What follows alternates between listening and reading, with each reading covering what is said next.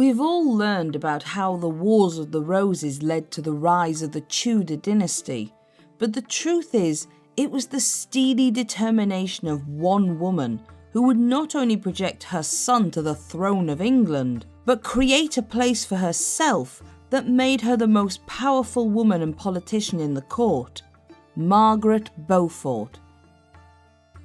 Margaret was born on the 31st of May 1443 at Bletsoe Castle, where she would also spend her childhood. It's likely she didn't rank very high for importance amongst her half-siblings. Her mother, Margaret Beaufort, was married first to Sir Oliver St. John, giving birth to 6 children before his death. She then married briefly John Beaufort, and their only child was Margaret.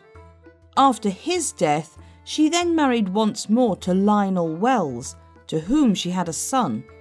Margaret's father John also had an illegitimate daughter named Tassin, who was brought up alongside her.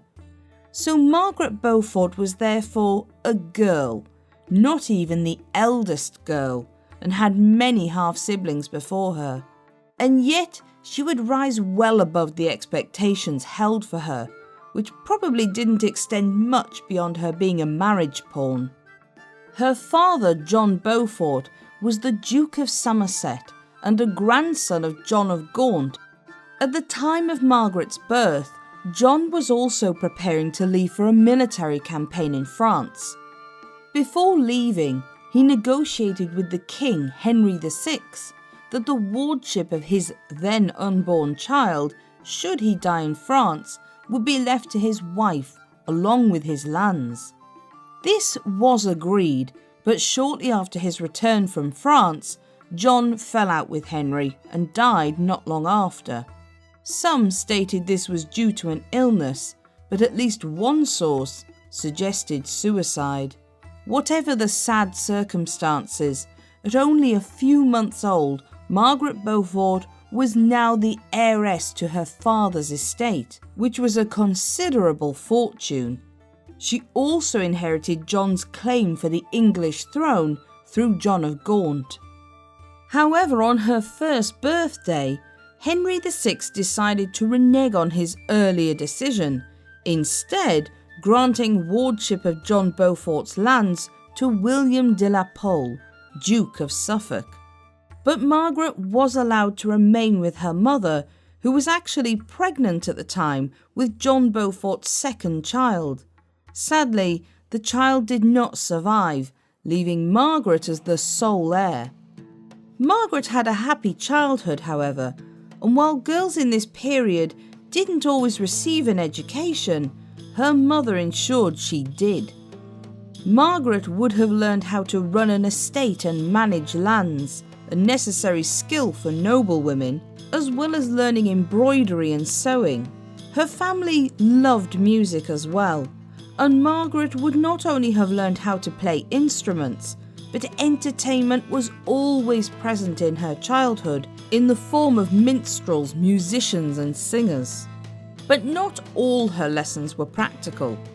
Alongside reading and writing English, Margaret was also fluent in French, something that was very desirable for a courtier.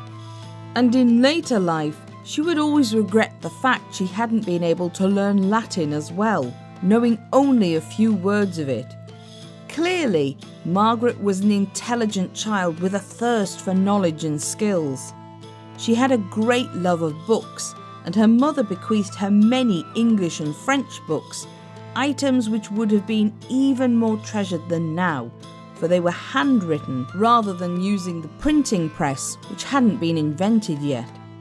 Margaret's significance, however, was as a valuable bride. When she was only 6 years old, sometime in late January or early February of 1450, she entered into a marriage contract with John de la Pole, the Duke of Suffolk's son, who was himself only 7 years old. It was obviously little more than an exchange of words which would today be considered a common law marriage. The relationship would never go any further, as this marriage would be broken off before either party reached the age of consent, and Margaret never considered it to be her first marriage. The marriage happened only for political reasons, for William de la Pole ensuring his son would benefit from Margaret's lands and titles, something often done by wards of noble children. He had been impeached by this point, and was also ensuring his grandchildren would have a claim to the English throne, and he was arrested only a short while after. In the same year of Margaret's so-called marriage, events in England were becoming volatile.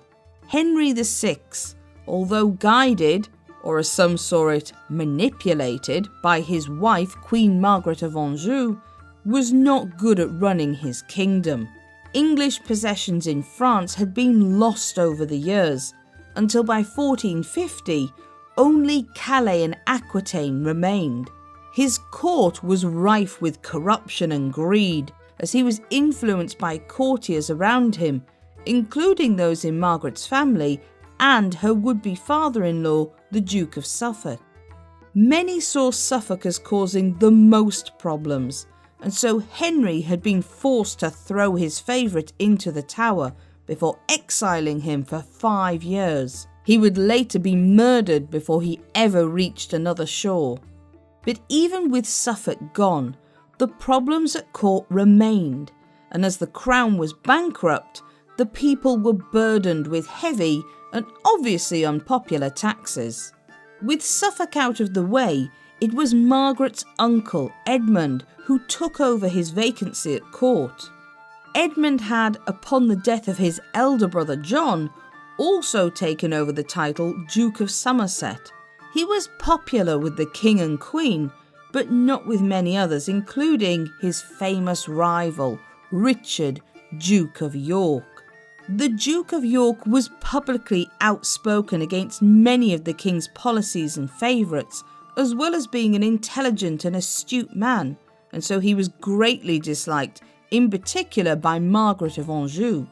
By the end of 1450, York demanded Somerset be removed from court, along with other corrupt courtiers. The king and queen wouldn't hear of it, and so tensions built until February 1452, when the Duke of York began to march towards London with an armed force. He was descended from Edward III, both from his mother and father, and so had a strong claim to the throne. Some believed he just wanted the best for the country. Others thought he had ulterior motives for power. Margaret was possibly shielded from events as a young child, living within the safety of her mother's properties. But as she grew, it would have been impossible to not know about what was happening at court, especially as Margaret became of an age where she would be expected to join her mother at court. Just a year later, before her 10th birthday in February 1453, Henry VI commanded her mother to bring her to court. London was no doubt a huge contrast with the quiet, gentle countryside upbringing Margaret had enjoyed so far. London was full of tiny, crammed streets, and the Thames was lined with the opulent houses of the wealthy, all overlooked by the great spire of St. Paul's Cathedral. This was likely the first time Margaret had visited London or met the king. Henry was not a typical vision of a king, eschewing high fashion and dressing simply, and he was known to be gentle and kind if quiet. The reason for the visit was to ensure the security of his own rule as well as the future of one of his half-brothers. Although Margaret was married in a sense, it was easy enough to break off as it was a mere contract made up of words. It could be brushed aside in an instant. And Henry had a new candidate in mind for her groom, his half-brother, Edmund Tudor, the Earl of Richmond. Interestingly, despite her age, it would appear Margaret was given some say over this choice, as recalled by a story she herself told to Bishop John Fisher years later.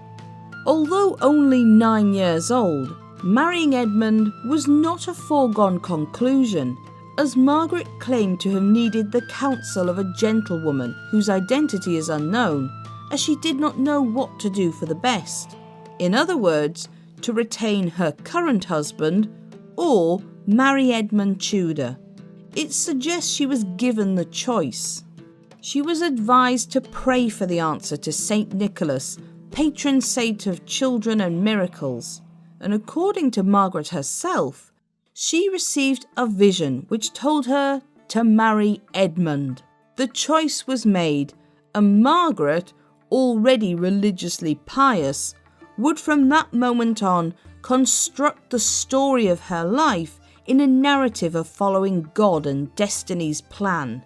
Not much is known about the reasons for this second marriage, but it appears to have been a decision made by Henry VI alone.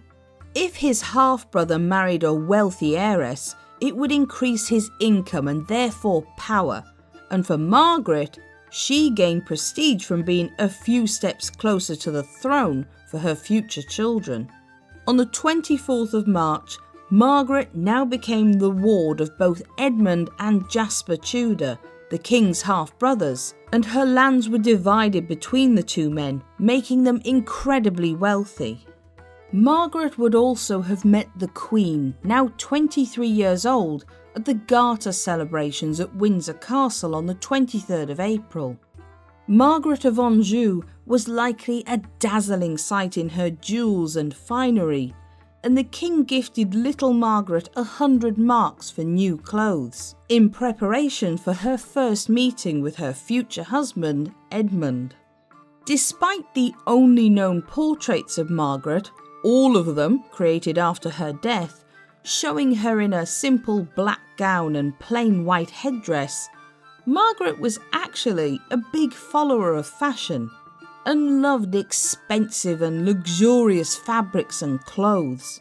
Just as in the centuries to come, making an extravagant outward impression was everything for the nobility and royalty. But just a few months later, events were to take a turn for the worse yet again.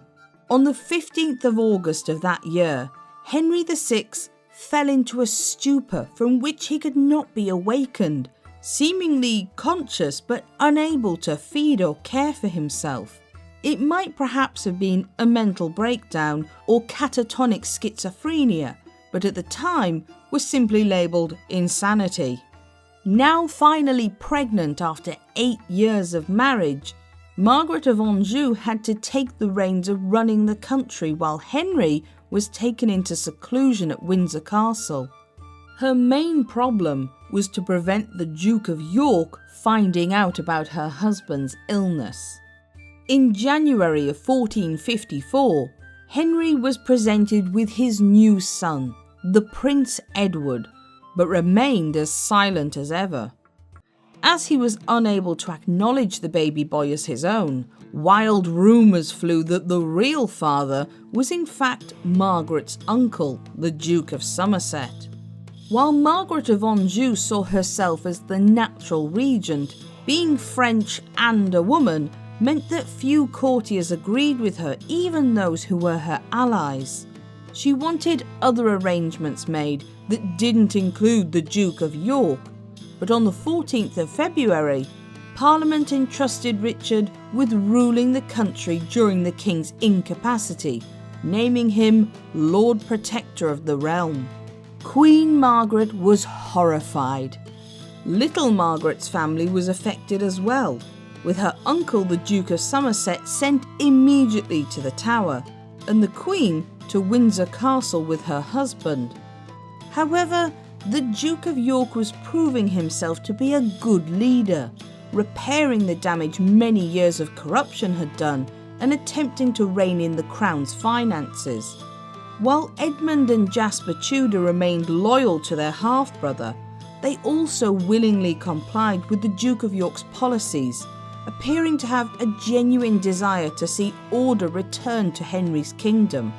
Even when, in order to curb the money bleeding from the royal purse, York reduced the royal households, including their own, they made no complaint. Both brothers also made an effort to appear at court and parliament when able. But then a miracle occurred, and Henry VI came out of his catatonia on Christmas Day, finally able to acknowledge his young son. York was dismissed, and to his fury, Somerset was released from the Tower and restored at court. The Duke of York retreated to Sandal Castle, as he knew the Queen and Somerset would now be plotting his downfall. Not willing to wait for them, he raised an army, alongside his brother-in-law Richard Neville, the Earl of Salisbury, and Salisbury's son, the Earl of Warwick, also named Richard Neville, and known to history as the Kingmaker. They marched south, intent on restoring order and doing away with Somerset. When word reached the King and the Duke of Somerset on their way to Leicester for a meeting of the King's Council, Somerset immediately raised an army of his own, and the two forces met on the 22nd of May, just outside St Albans. Initially, the Duke of York tried to talk with the King, asking for him to surrender Somerset, but Henry refused. Violence broke out, and in less than an hour the royal army was defeated and forced to flee. The Duke of Somerset tried to hide within an inn in town, but he was soon found and killed. Margaret's uncle was finally dead, and the Wars of the Roses had begun. Not long after Margaret's 12th birthday on the 31st, just a few days later, she married Edmund Tudor at least by September of that year. It was a turning point for Margaret. Edmund was at least 13 years older than her, and they had only met once, so it is unlikely they had much in common to talk about. But unlike her common law marriage to John de la Pole, this one was an official marriage, and Margaret would not be sheltered from events as she had been under her mother's care, as she was to live with her husband and take on the mantle of Countess of Richmond. Marrying Edmund Tudor also made her not just a cousin of the king, but his sister-in-law, and so tied her inextricably into what was to come. Although Margaret had been married at what the church considered the allowed age for marital relations and cohabiting for girls, 12 was still considered very young by most at that time, and many waited a few years after the marriage before consummation. For Edmund Tudor, that appears to not have been a consideration. Desperate in the light of the war to come to secure Margaret's lands not only for himself but for his future children, the marriage was consummated just shortly after the wedding. Despite knowing the risks for Margaret as she was still physically underdeveloped for having a child, Edmund still laid with Margaret as his wife. It was a decision that would have far-reaching consequences for Margaret, leaving her with trauma and possible physical injuries. Despite this, Margaret would always later speak well of her first husband, despite their marriage lasting just less than 18 months and not seeing him for most of that, writing in her first will that she wished to be buried alongside him. However, it is unlikely that this was based on actual tenderness, and more on how she connected herself firmly with Edmund and the Tudor legacy, given that he was the father of the future dynasty through their child. The couple travelled to Pembrokeshire, Wales in the autumn, settling at the Palace of Lamphey. It was a luxurious country retreat that had once been a bishop's palace. Richard, Duke of York, had once again been named as Lord Protector, and Henry VI seemed to have accepted that York and his supporters would be playing a major role in governing his country. Edmund had been tasked to oversee the king's authority in Wales, the real reason the newly married couple were there. Tension grew between Edmund and Griffith ap Nicholas, the leading nobleman in Carmarthenshire. Griffith ap Nicholas was loyal to the Lancastrian cause, and after losing some of his properties and lands after their defeat at St Albans, Edmund's presence only made the wound worse. By early summer 1456, violence between the two men broke out, with Edmund taking control of Carmarthen Castle. Unfortunately for him, the Duke of York was constable of the castle, and he knew how loyal Edmund was to his brother. York immediately set about sending a small army to retake the castle. Around this time, after her 13th birthday, Margaret would also have known she was pregnant. While this was probably, as with most children, a happy event in the lives of both Margaret and Edmund, it was also a terrifying one. Childbirth was, and would remain for many centuries, one of the biggest causes of death for women, and midwifery was still a mystical subject practiced only by a few, and in its infancy for any serious scientific consideration. Even if she survived giving birth, she could die from postpartum bleeding or infection, and even then, there was a good chance her child would die before the age of 7. Meanwhile in London, York had once again been removed as Lord Protector by Henry VI, but he remained on the King's Council and as Lieutenant of Ireland. While attempts would be made at reconciling the houses of Lancaster and York, the seeds of distrust had been sown, and the tension mounting would only lead one way now. The 2,000 men the Duke of York had sent to Carmarthen Castle reached it in August, taking the stronghold on the 10th. Edmund was captured and thrown into prison. While a few months later he was released, Edmund remained at Carmarthen. It's not clear whether this was to watch over his brother's interests or because he was already ill, but certainly by the autumn it became clear he had contracted the plague. His illness and death was so swift that he didn't even have time to prepare a will, dying on the 1st of November. Edmund's death left a teenage, pregnant Margaret isolated and vulnerable in a Welsh palace miles away from her family. Margaret now had to not only survive the dangers of power-hungry men who might take advantage of her widowed state, but also the very real possibility of contracting the plague, which would kill not only herself, but also her unborn child. At 7 months pregnant, returning to her mother's estates in England was out of the question, but she also couldn't remain where she was. When Jasper Tudor found out about his brother's death, he was heartbroken, but he was also immediately concerned for the well-being of his sister-in-law and her child. In the winter of 1456, he came to Margaret's aid, travelling to Lamphy Palace to take her and her child to his main seat of Pembroke Castle. Margaret knew she could trust Jasper, and in the many years to come there was always an unshakable bond between the two, perhaps from the events after Edmund's death. The castle was a mighty stronghold, and positioned high on a rocky mount made it incredibly well defended. In the circumstances, it was the perfect place for Margaret to be.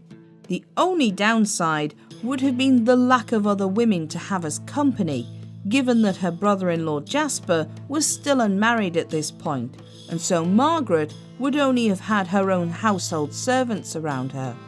In late January 1457, Margaret went into labour. Childbirth at this time had no modern medical interventions, no safe pain relief, and it's likely Margaret relied on prayer and her faith, like many women, to get her through labour. But this must have all been made worse by the fact she was so young. We know little details about the actual birth, but she must have been attended by at least one female midwife. But as she was still only 13 years old and underdeveloped, even the best midwife would have struggled to make the process easier for Margaret, as puberty had not occurred in its fullness. Margaret's labour was such a traumatic event that she would later establish, with the help of her future daughter-in-law Elizabeth of York, a set of procedures for future heirs to ensure the safety of both mother and child. On the 28th of January, after what must have been a terrifying and exhausting labour, Margaret gave birth to a son, Henry Tudor. Her confessor, Bishop Fisher, would later state it was a miracle that anyone had been born to someone of so little a personage. It is possible that the birth also physically harmed Margaret in the form of scar tissue or a damaged uterus, as Henry would be her only child despite 2 more marriages.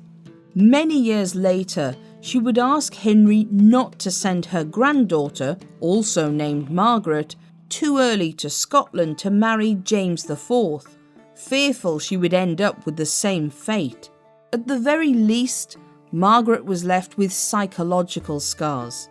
Perhaps with the knowledge he would be her only child, a strong bond developed between Henry and Margaret, and mother and son were always close throughout their lives. He was named, in a proud show of Margaret's family ties, for his uncle Henry VI. Margaret was now a mother and a widow, and was still only 13 years old. For the safety of her son and herself, she understood she needed to marry again, and this time she wanted to have a real say in who that would be. The war between the House of Lancaster and York was still only in its infancy, and Margaret could not have known the tumultuous events that were about to come, both for herself and for her beloved son Henry. The year is 1457, and the houses of Lancaster and York are at each other's throats, the Wars of the Roses just beginning. But in the safety of Pembroke Castle is a young noblewoman and her baby son, who will change the entire course of England's history, although they don't know it yet. That woman is Margaret Beaufort, and her son is Henry Tudor. Margaret had just given birth to her son Henry on the 28th of January, after a traumatic and difficult labour, being just 13 years old herself. She was in the care of her brother-in-law Jasper Tudor at his stronghold of Pembroke Castle after her husband, his brother Edmund, had died of the plague just a few months earlier in Carmarthen. Events were moving quickly in England, however, and being a young wealthy widow with a baby made Margaret a vulnerable target for her title and lands. It was imperative she remarried quickly, and this time she decided she would make the decision of groom for herself. Jasper also understood the coming danger and helped arrange his sister-in-law's 3rd marriage. But before any of this could happen, Margaret had to undergo her churching. This was a religious ceremony that dictated women had to remain apart from society for a number of weeks after childbirth before coming to church and being purified from giving birth.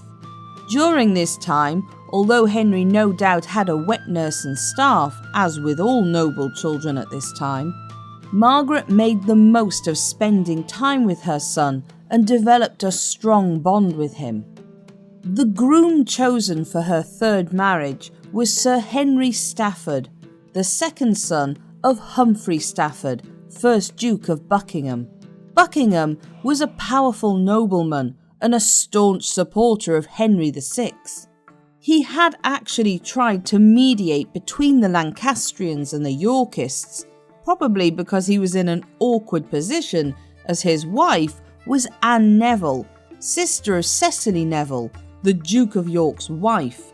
In other words, the Duke of York was his brother-in-law. Buckingham was also vastly wealthy with estates in England and Wales. Jasper had grown closer to Buckingham, and it's more than possible he suggested Henry Stafford. His family was a good solid choice, and Margaret knew marrying into the Staffords would ensure protection for herself and little Henry.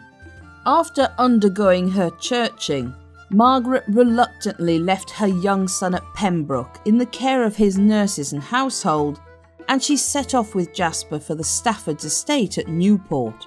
Over 100 miles away, the journey was likely to have been an uncomfortable one, but it shows Margaret's determination to have her say in how her life would be mapped out, knowing that women didn't usually need to be present for their marriage negotiations, but her focus was on her son and his security.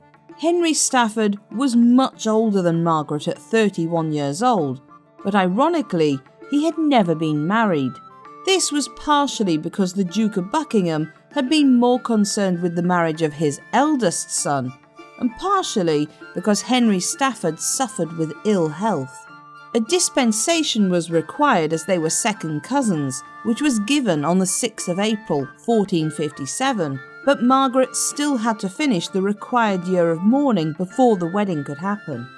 Margaret would likely have had her pick of suitors as a young, wealthy heiress who had proven she could produce healthy sons, so there is some speculation why she chose a man in his early 30s who had bouts of illness. As Henry was often infirm, and by the standards of the day, too old to be having his first child, it's possible that Margaret may have consciously chosen someone who she was unlikely to have another child with. The trauma of her labour and early consummation of her marriage may have affected her this much. Whatever the reason, she and Henry Stafford were wed on the 3rd of January 1458, most likely at Maxstoke Castle, a property his father owned. In later years, they would celebrate the anniversary of their marriage in style, so it was likely to have been a happy occasion.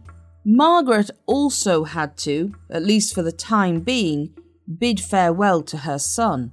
As a child related closely to the king, little Henry's upbringing had to be both safe and suitable, and it was decided the best place would be at Pembroke Castle with his uncle Jasper. Given the oncoming war ahead, it was thought to be the safest place for the child. While it was normal for royal children to live away from their parents in this way, it still must have been heart-wrenching for Margaret to say goodbye to her only child, especially when they had already gone through so much together. But Jasper always treated Henry as though he was his own son, and Margaret always trusted her brother-in-law without question. Margaret and her new husband Henry Stafford were permitted to visit Henry at Pembroke, and Margaret made sure she did this as much as possible. The evidence that exists of the relationship between Stafford and his stepson also suggests he was fond of Henry, and this could be at least in part because he and Margaret never had any children of their own. Just a short while before Margaret's marriage, there had been an attempted reconciliation in London between the King and Queen and Richard, the Duke of York, and his supporters. On the 24th of March, it became known as Love Day, and the King led a procession through London. The Queen, Margaret of Anjou, and the Duke of York held hands as they walked along, but few believed it was a real reconciliation, and certainly the sentiments didn't last beyond the ceremony. In reality, both sides had been raising men for their respective armies. In June 1459, a great council was summoned to meet at Coventry, but the Duke of York and the Nevilles decided that it would be better if they didn't show, given that they suspected they would be arrested for raising their own army. On the 23rd of September, everyone gave up any pretense of reconciliation, and at Blore Heath in Staffordshire, the two armies met. Lancastrians led by Lord Audley ambushed Yorkists on their way to join their army. The Yorkists, led by the Earl of Salisbury, won a victory. But just the following month, on the 12th of October, the Duke of York and his men met with the Lancastrians at Ludford Bridge, and he had to flee along with the two Richard Nevilles. The Earl of Warwick, his father the Earl of Salisbury, and York's eldest son Edward all fled to Calais, while the Duke of York went to Ireland, where he was warmly welcomed by the Parliament of Ireland. This meant that Queen Margaret was now able to grow supporters for her husband, and she took York's place in taking control of the government. In November, Parliament was summoned to Coventry with 3 men not invited: the Duke of York and the Earls of Salisbury and Warwick. This was called the Parliament of Devils, and meant only one thing: that the 3 men were to be arrested for treason. By December 1459, the 3 men suffered the worst possible punishment for the nobility: attainder. This meant that a death sentence was placed on their heads if they ever returned to England. Their lands now belonged to the king, and their heirs would inherit nothing. It forced the Duke of York's hand, as now it left him with no choice but to invade England in order to regain his properties and fortune. He could either once again become Lord Protector, or, using his claim from King Edward III, denounce young Prince Edward, Henry VI's son, and claim the throne for himself. Their lands were handed out to Lancastrian supporters, and amongst those who gained were Jasper Tudor and Margaret's stepfather, Lionel Wells.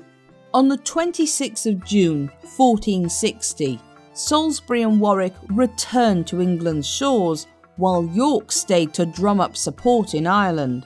They had also gained control of Calais, important for keeping the support of wool merchants in London. The men and their army of 40,000 marched to London, where they were given a rapturous welcome. The control of the English Channel had meant propaganda could be more easily spread in the south of England, and so everyone firmly believed the Yorkists were there merely to be rid of the king's corrupt advisors, and that they were on the side of the king. Meanwhile, Henry VI was in Coventry when the news reached him, and thanks to the tireless efforts of his wife, he had 20,000 men to lead back to London with him. Queen Margaret fled with their young son Prince Edward to Eccleshall Castle in Staffordshire. Both armies drew towards Northampton. In an echo of the first battle at St Albans, the Yorkists sent a messenger to the king, asking to speak with him in person about their complaints. Unsurprisingly, after all that had happened, Henry VI refused. He had by his side as his commander Humphrey Stafford, the Duke of Buckingham, and Margaret's father-in-law. Violence followed, but there was surprisingly little bloodshed, and the majority of the casualties were on the Lancastrian side.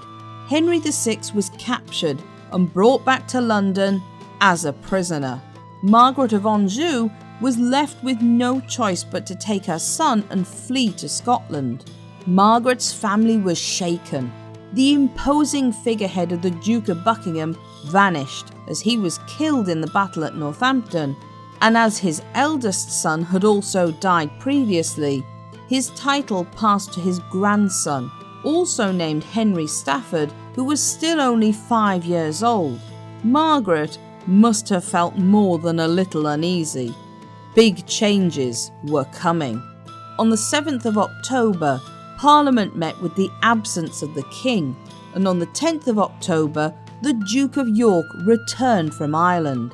This time, there was no pretence, and it was said he marched into Westminster and claimed the throne for himself by sitting upon it. But many felt he had gone too far, even his own supporters.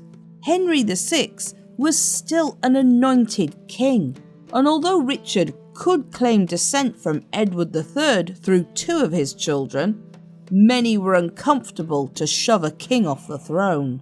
Parliament met again, and it was decided that Henry VI could remain king, but his heir was now Richard, Duke of York, rather than Prince Edward, and the Duke of York was once again named Lord Protector of England. Margaret of Anjou was horrified and led an army of men south provided by the Scottish crown.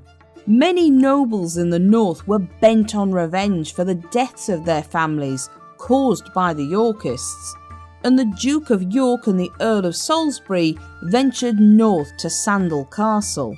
On the 30th of December 1460, for unknown reasons, the men came out from the safety of the castle and met the waiting Lancastrians in battle. York had underestimated his enemies, and he, along with his son Edmund, Earl of Rutland, were killed. Salisbury was captured and later slain. Few mourned York's death, and for a brief moment Margaret must have breathed a sigh of relief that the chaos appeared to be at an end. But to take his father's place came York's son, Edward, Earl of March. He was furious at the deaths of his father and brother and was intent on avenging them, as well as taking England's crown for himself. By February 1461, Margaret and Henry Stafford had been lucky enough to view the ongoing war from afar, not directly involved yet and relatively safe. But that was about to change. Jasper Tudor and his father Owen Tudor were still determined to fight on, and they met the Yorkist army at Mortimer's Cross, not far from the Welsh border, leaving little Henry Tudor at Pembroke Castle. It was a disaster for them. Jasper fled the battlefield, and Owen Tudor was taken to the market square and beheaded on the 3rd of February. Margaret must have been beside herself with worry. While Jasper had protected her son, she knew Henry was safe, but with Owen dead, Jasper in hiding, and Henry still at Pembroke Castle, she knew he was in danger. On the 17th of February, the Second Battle of St Albans took place, and this time the Lancastrians were victorious. But despite freeing Henry VI and reuniting him with Margaret of Anjou, they were not wanted in London. Instead, York's son Edward marched into the capital and was met joyously by the citizens. He held the same claims as his father to the crown, and they were stronger than Henry VI's. Everyone was tired of Henry's weak rule and lack of control over his kingdom, and an agreement was drawn up that Edward would now become king as Edward IV of England. Margaret met the news with horror. Worse was to come. The time had come for her husband, Henry, to go into battle. Edward was hell-bent on destroying his enemies once and for all, and the Lancastrians and Yorkists met outside the village of Towton on the 29th of March 1461 in what became known as the bloodiest battle ever to be fought on English soil. The battle raged on for 10 hours, and Margaret's stepfather, Lord Wells, was killed. The meadow on which the two sides fought was to become known as the Bloody Meadow. It was a Yorkist victory, despite the huge numbers of dead on both sides, and it was enough to ensure Edward IV held the crown of England tightly in his grasp. Henry Stafford was now in danger, however, for taking up arms against his king. He had little need to worry though, as Edward was keen to make peace and get on with ruling his new kingdom. On the 25th of June, a pardon was issued to both Henry Stafford and his younger brother John, as they were cousins of the new king. Margaret's lands and money would not be forfeit, but there were other changes. In light of the leniency shown to them by Edward, and given that the shape of things seemed pretty fixed, both Henry and John switched sides to the Yorkist cause. Henry would sometimes be reluctant about this, but he was a loyal man and served the Yorkists without question. How much Margaret knew of his decision, or even if she had a hand in it, is unknown. Certainly, while Margaret's allegiance to the House of Lancaster was without question, she was intelligent and politically astute even at the age of 18, and Margaret understood when to quietly bide her time. During Edward's reign, she made efforts to maintain relationships with those once considered her enemies, recognizing that it was for the survival of not just herself and her husband, but also her son Henry. Not long after, in May, however, the king commanded that his supporters should take Pembroke Castle and its lands, having declared Jasper Tudor an outlaw. 4-year-old Henry Tudor was left to the mercy of the Yorkists, and Margaret could do nothing about the situation as her son became a ward of the king. On the 12th of February 1462, the wardship of her son was purchased by Sir William Herbert, and the 5-year-old set off across Wales with his new guardian to Raglan Castle, the main seat of the Herberts. It's likely that Margaret, given her obvious love for her son and later involvement shown in sources, probably petitioned for Henry to be allowed to live with her, or at least to have contact with him, but these were ignored by the Crown. Thankfully, William Herbert and his wife Anne Devereux were kind and caring to Henry, taking good care of him and being responsible for his welfare. Also, luckily for Margaret, the Herberts were happy for there to be constant contact between mother and son, and Margaret sent regular letters and gifts to Henry by messengers. Henry's title was taken from him and given to the king's brother George, Duke of Clarence, but Margaret, and indeed William Herbert, never ceased referring to Henry Tudor as Lord Richmond.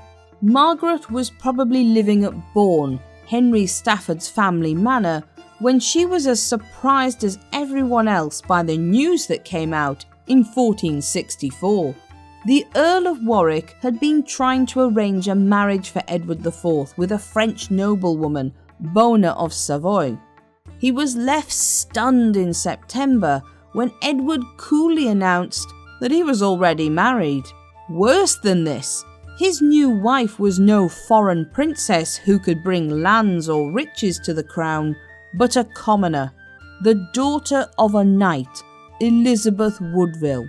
Knowing few would support his marriage, Edward had secretly married Elizabeth, with only the priest, her mother Jacquetta of Luxembourg, 2 gentlewomen, and a man who helped the priest present for the ceremony.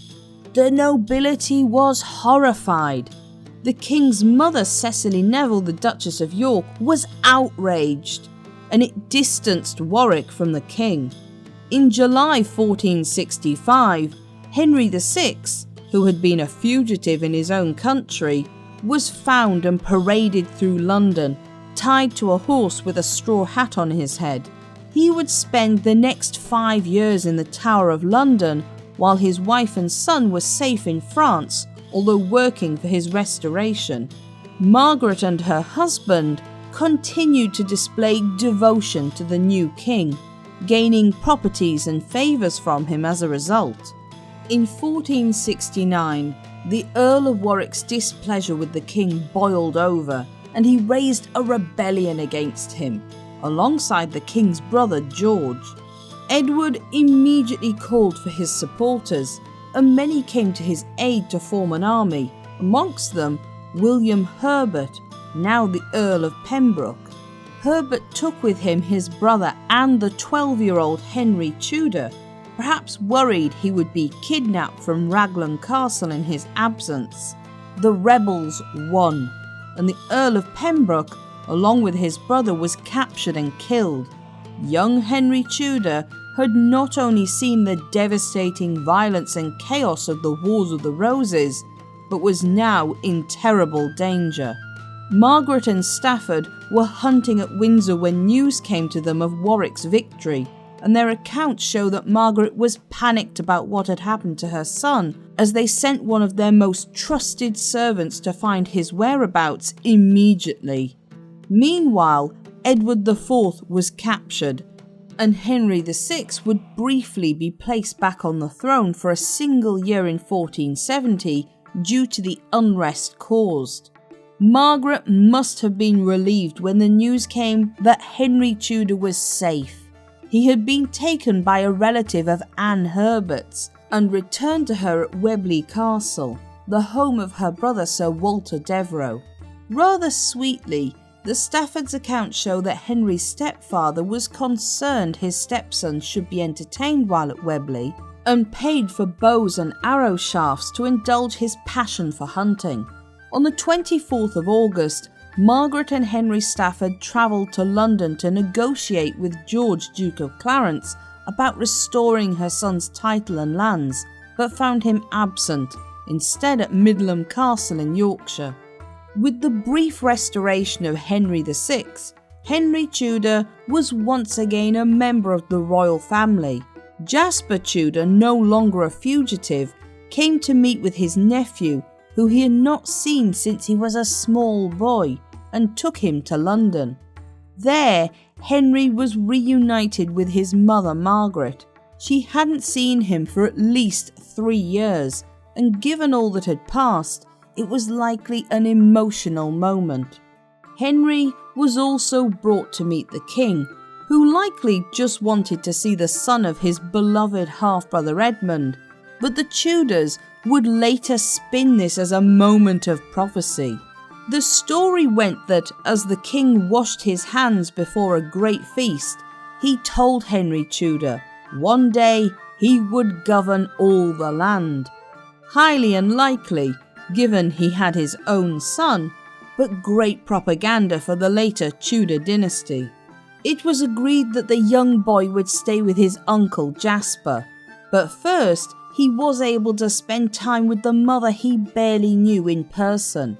Margaret and Henry Stafford took her teenage son on a brief tour of the Suffolk countryside where they lived, spending time together playing cards and getting to know each other again. It was an impressionable moment on the young Henry, and he would never forget it, coming to respect his mother and her opinions implicitly. But Henry VI's brief second reign came to an end in 1471 with the Battle of Barnet. Edward IV had fled to Burgundy to the court of his brother-in-law, Charles the Bold, who was married to his sister Margaret of York. She and Edward both persuaded Charles to help Edward regain the English throne, providing him with ships and money. On the 14th of April, Easter Sunday, Edward led the Yorkists against the Lancastrian army, headed by the Earl of Warwick, who was now in cahoots with Margaret of Anjou and Henry VI. Henry Stafford was present, but it's clear it was a difficult decision for him. The evident popularity of Edward's return meant he chose the Yorkist side, but parts of his armour had to be brought to him, and he hastily penned a will that was taken to Margaret. In other words, Stafford had decided only at the last minute. The battle was as bloody as any other before it. A mist covered the battlefield, and in the ensuing confusion, many of Warwick's men attacked their allies. It was a clear Yorkist victory, and the Earl of Warwick was amongst the dead. Henry VI was once again placed in the Tower as a prisoner and would die there shortly afterwards. Some sources state he died of depression, while others suggested Edward had him murdered. When Margaret heard no word of her husband, she ignored the danger and made her way to London to find out if he had lived or died. A messenger brought news he was alive but badly wounded, and he was returned to Margaret to be under her care. On the 4th of May, the hopes of the Lancastrians were firmly dashed with the death of 17-year-old Prince Edward, slain at the Battle of Tewkesbury.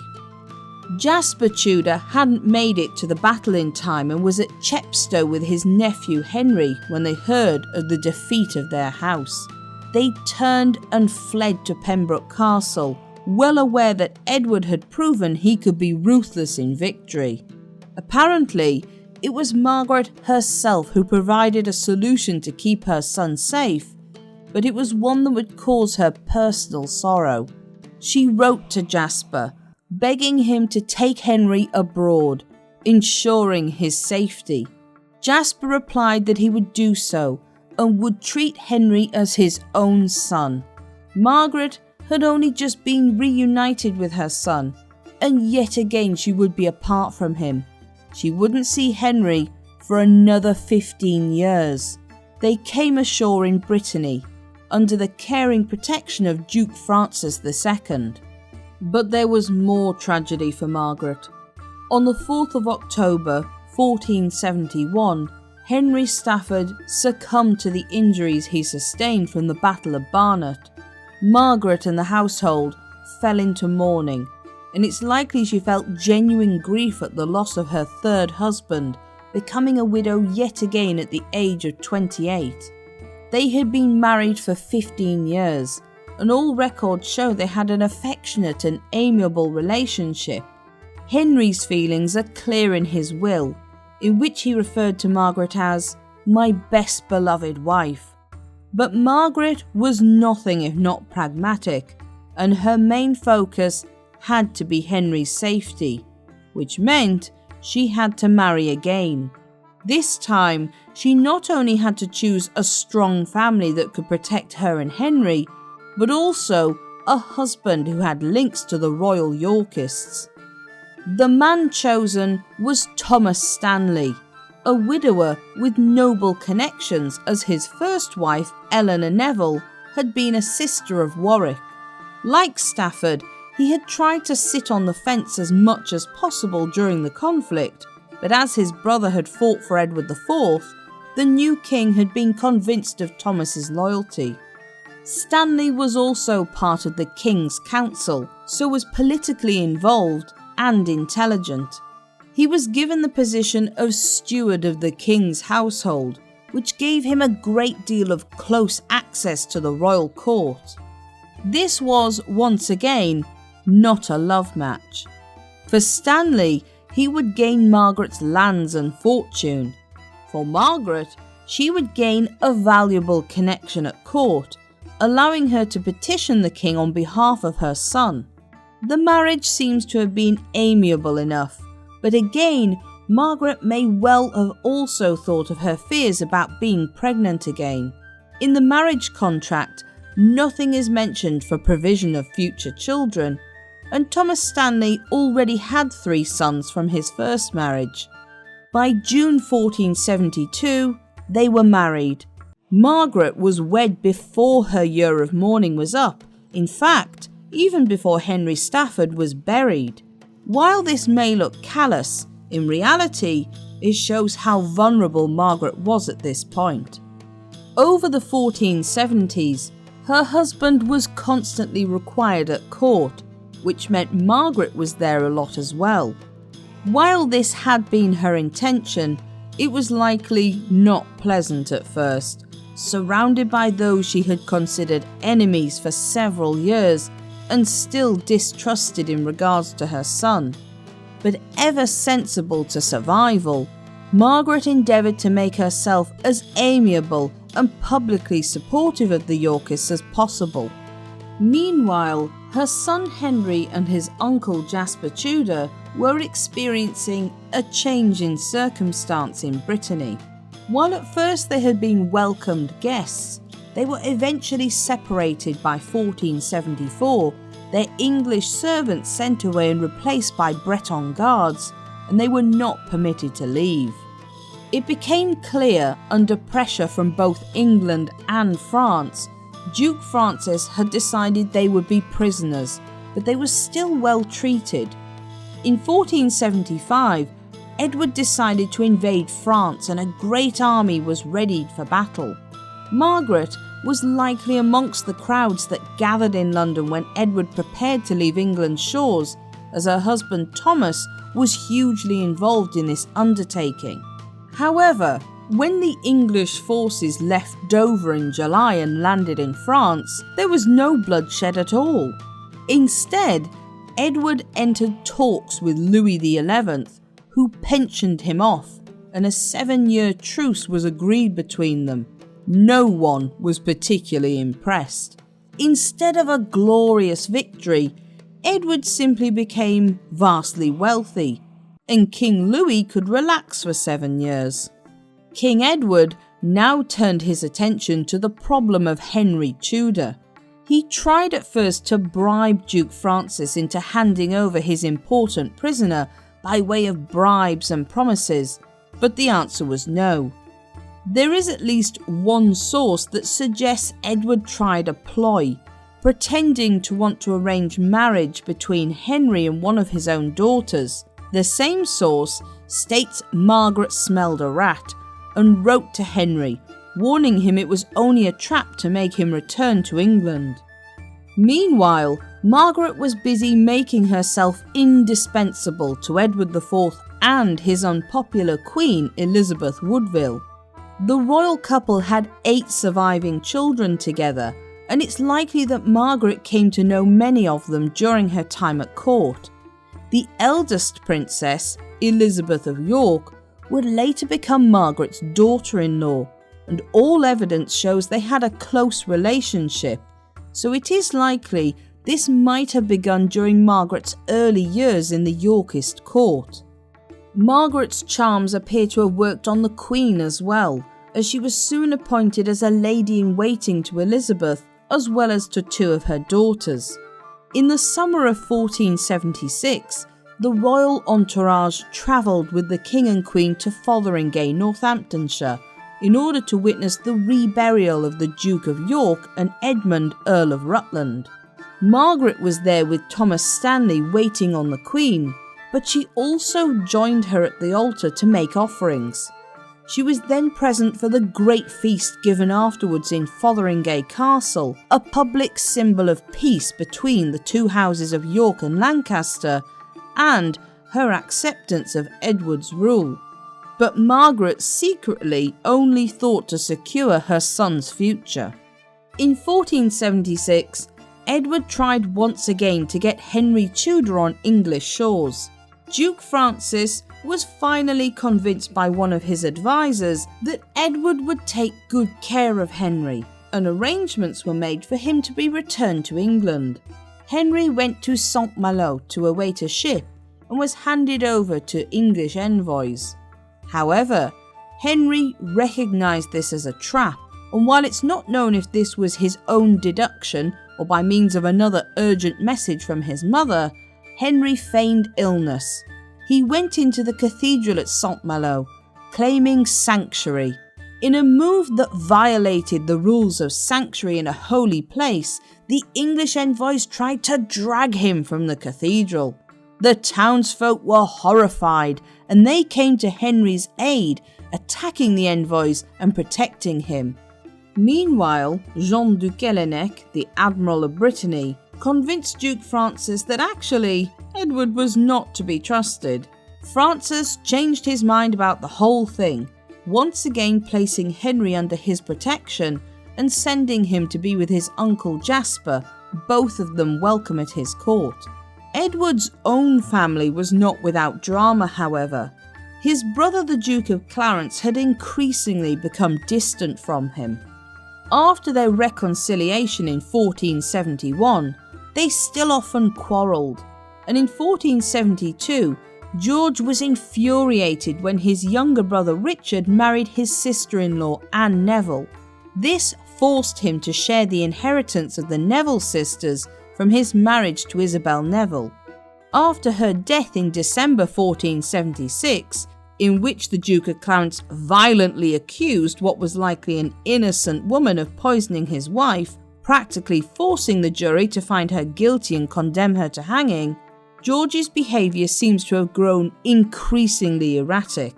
Edward IV then rejected George's ideas about marrying Mary of Burgundy, the wealthy heiress of Charles the Bold and stepdaughter to their sister Margaret, inflaming his anger further. In 1478, evidence was apparently found to link him to having plotted the king's death, and he was put on trial for treason. George was found guilty, taken to the Tower of London, and given a private execution somewhere within. Rumours came about that he had been drowned in a butt of sweet wine, a drink of which he was fond, but there is no evidence of this. Edward, however, seems to have later regretted his brother's death. For Margaret, it presented an opportunity. George had been the holder of the title that rightfully belonged to her son, the title of Earl of Richmond. While the urge to immediately petition the king must have been strong, Margaret had learned from her hastiness before and bided her time. Her caution paid off, and she continued to rise in prominence at court. In November 1480, Queen Elizabeth gave birth to her final child, a daughter named Bridget. Margaret was given the honour of carrying the child to the christening font, something that would have been unthinkable 10 years before. But sometime before June 1482, Margaret was once again touched by death, this time by her mother's death. Not only had the Dowager Duchess of Somerset been her main and only living parent, but they seem to have had a genuinely affectionate relationship as well. It's likely the passing of her mother came as a blow to Margaret, and it may well have been the reminder of the fragility of life that spurred her to make her next move. She decided to petition King Edward to have Henry returned safely to England. Edward actually agreed that if Henry returned to England and humbled himself before the king, he would be given a share of his late grandmother's estate to the value of £400. It was encouraging.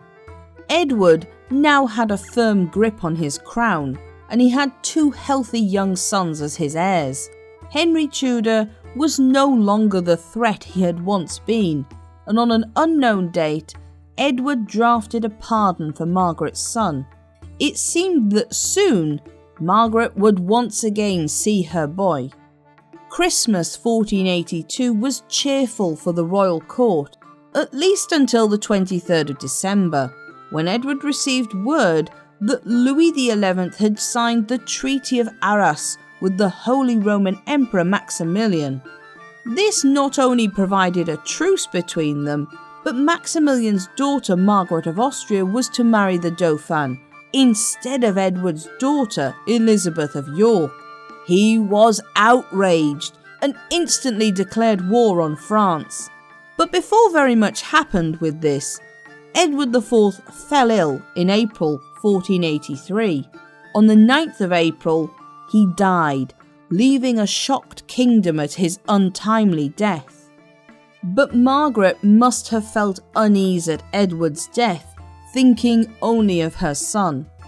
Now that King Edward had died before turning his draft pardon for Henry Tudor into being, the future of Henry was once again unknown.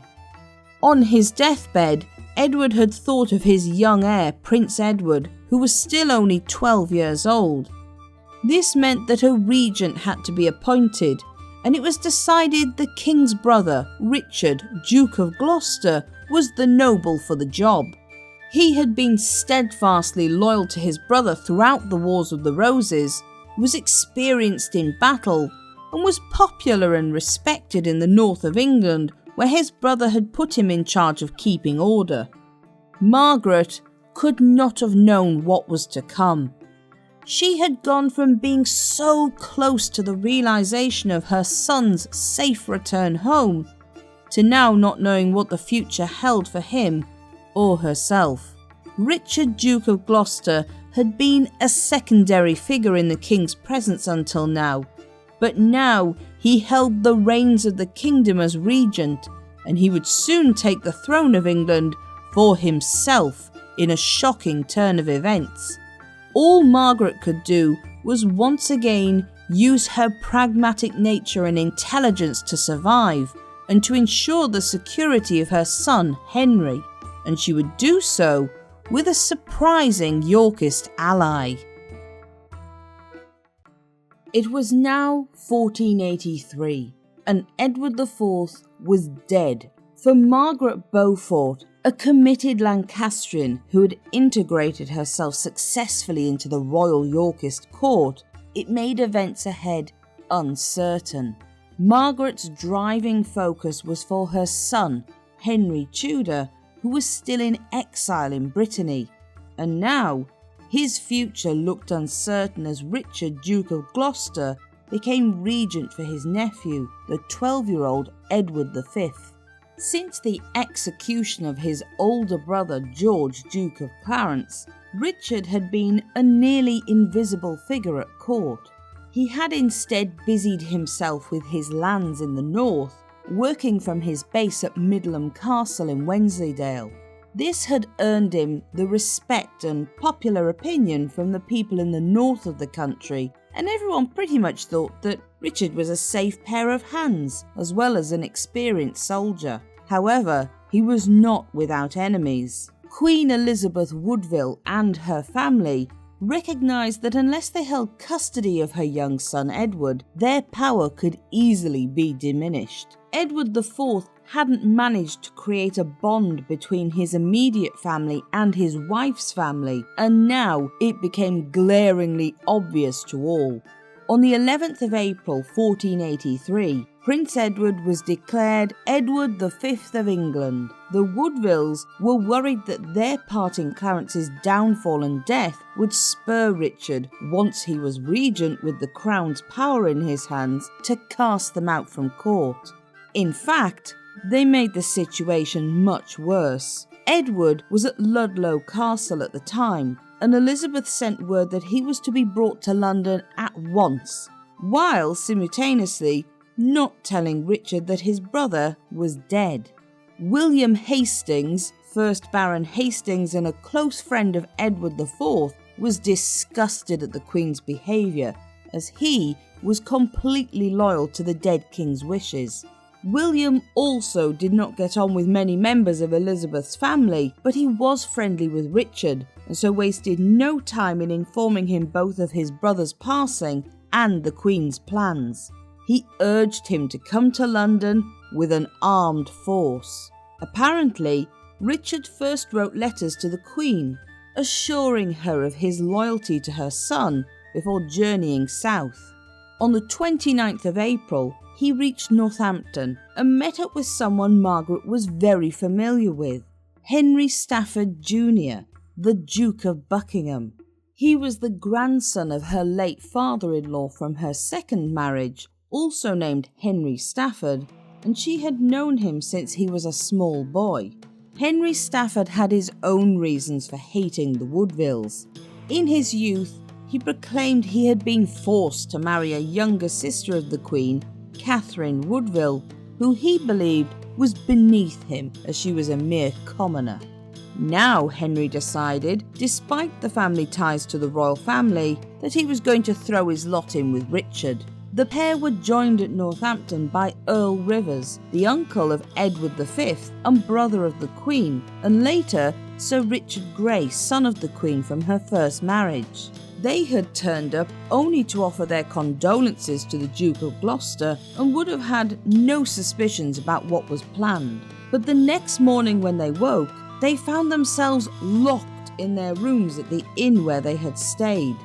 The young king had been left behind in Stony Stratford for safety and was shocked when Uncle Richard rode up and told him that Rivers and Grey were bad advisors who had been plotting his death, and so he needed to arrest them for the safety of Edward V. Not long after, on the 25th of June, the two men would be executed in Pontefract. Richard now had control of his nephew and the crown. When Elizabeth Woodville heard the news, she fled with her youngest son Richard of Shrewsbury and her 5 daughters to the sanctuary of Westminster Abbey. On the 4th of May, intended to be Edward V's coronation day, the Duke of Gloucester arrived in London with Edward by his side. Already, many were suspicious of his motives and guessed he wanted power for himself. A council met to discuss where Edward should stay while waiting to be crowned, and Richard suggested the Tower of London, which was still just a luxurious palace and not the terrifying prison it would become for the Tudors.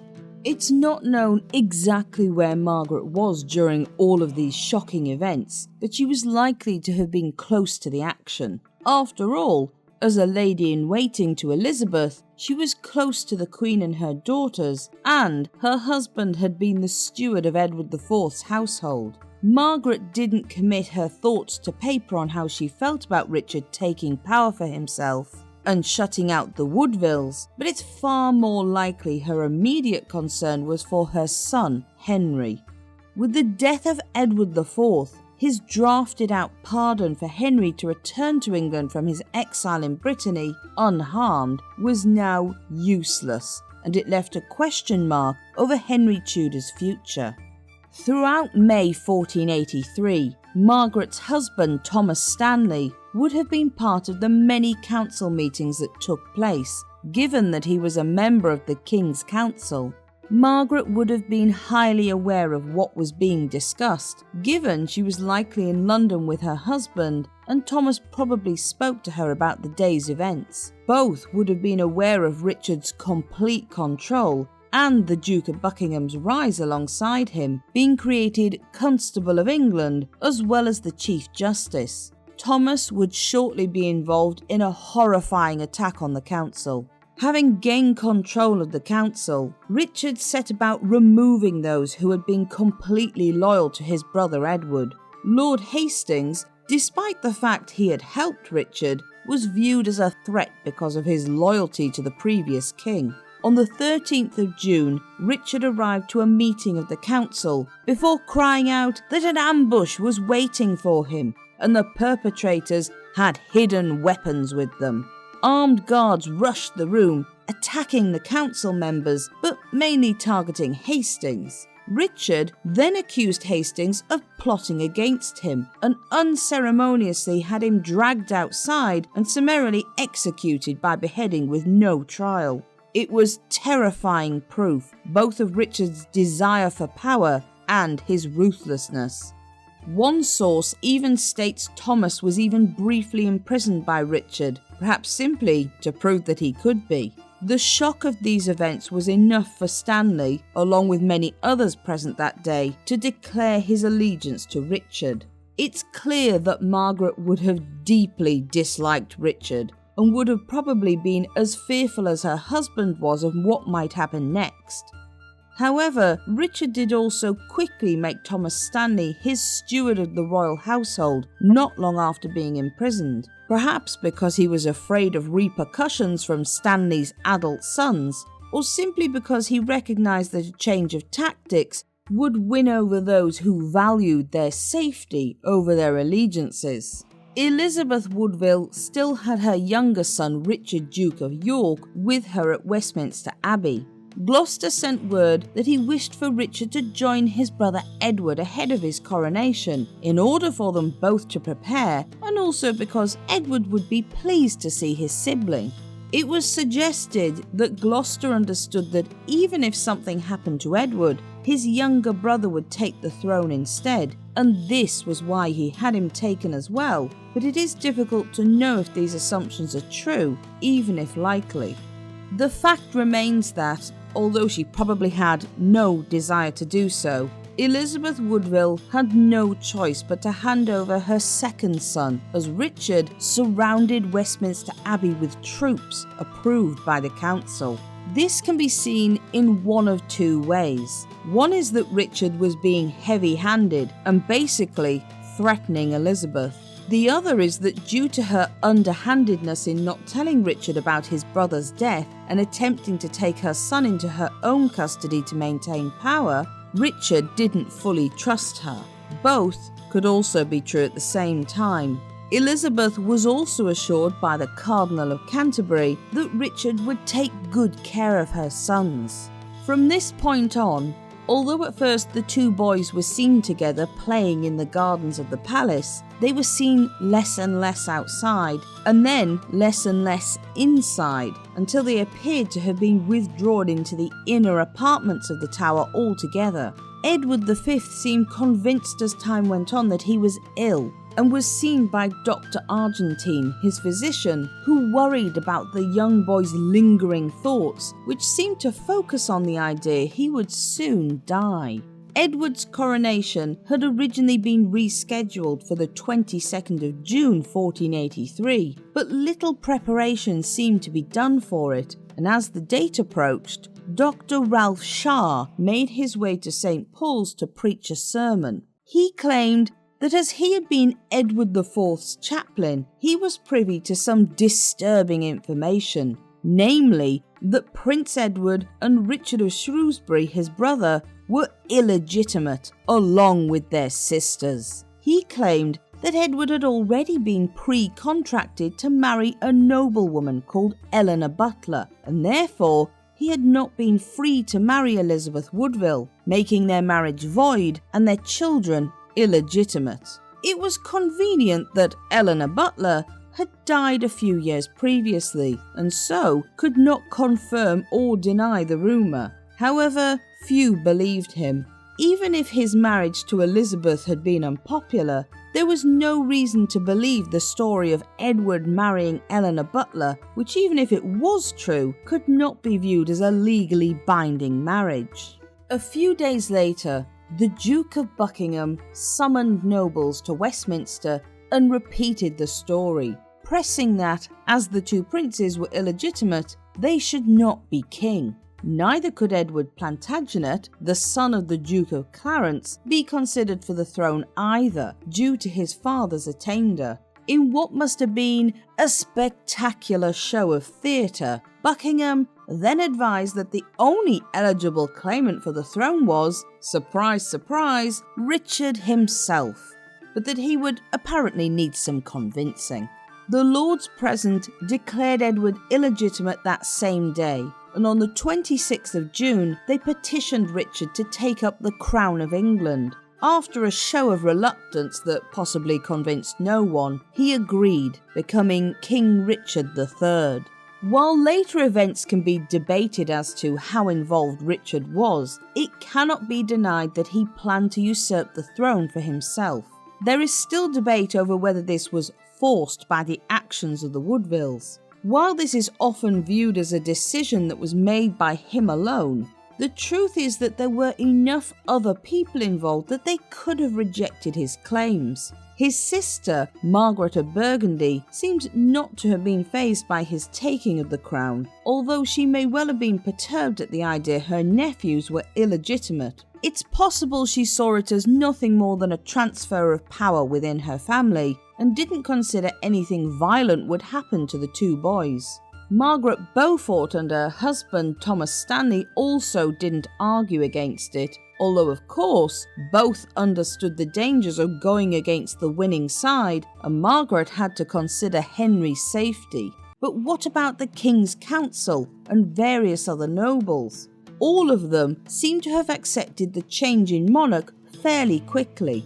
After all, Edward V, while being the son of Edward IV, was still only a boy, and one with no military experience of being a leader, or much knowledge beyond the classroom.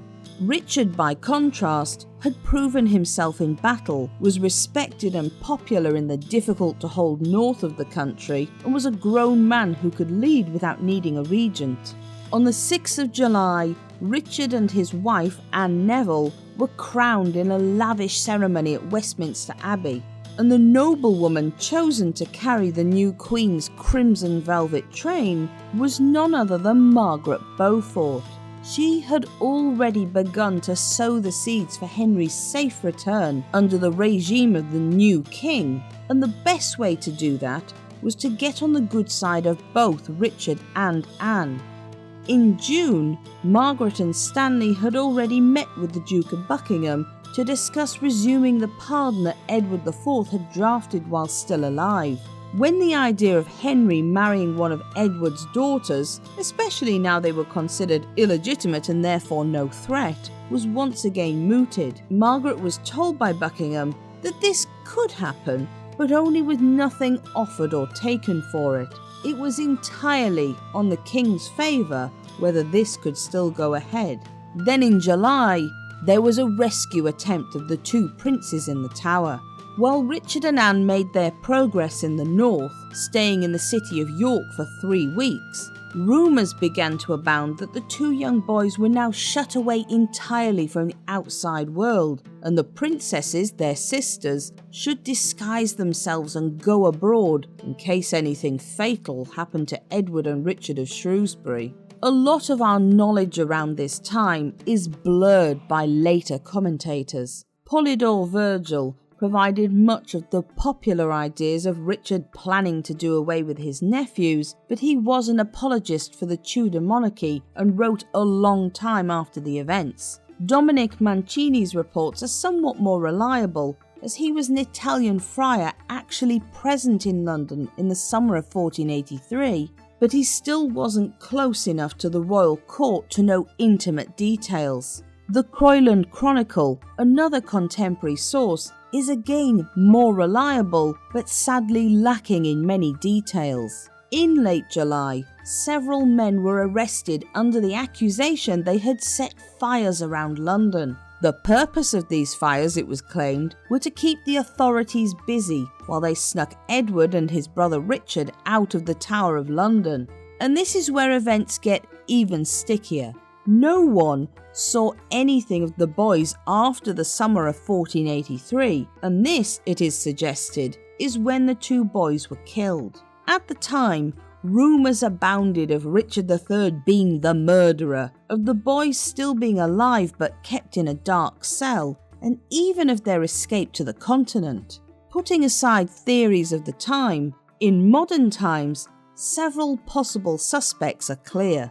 Richard III is the most obvious candidate for the murderer, but it is difficult to be clear about the evidence for this after years of Tudor propaganda and Shakespeare's retelling of his story.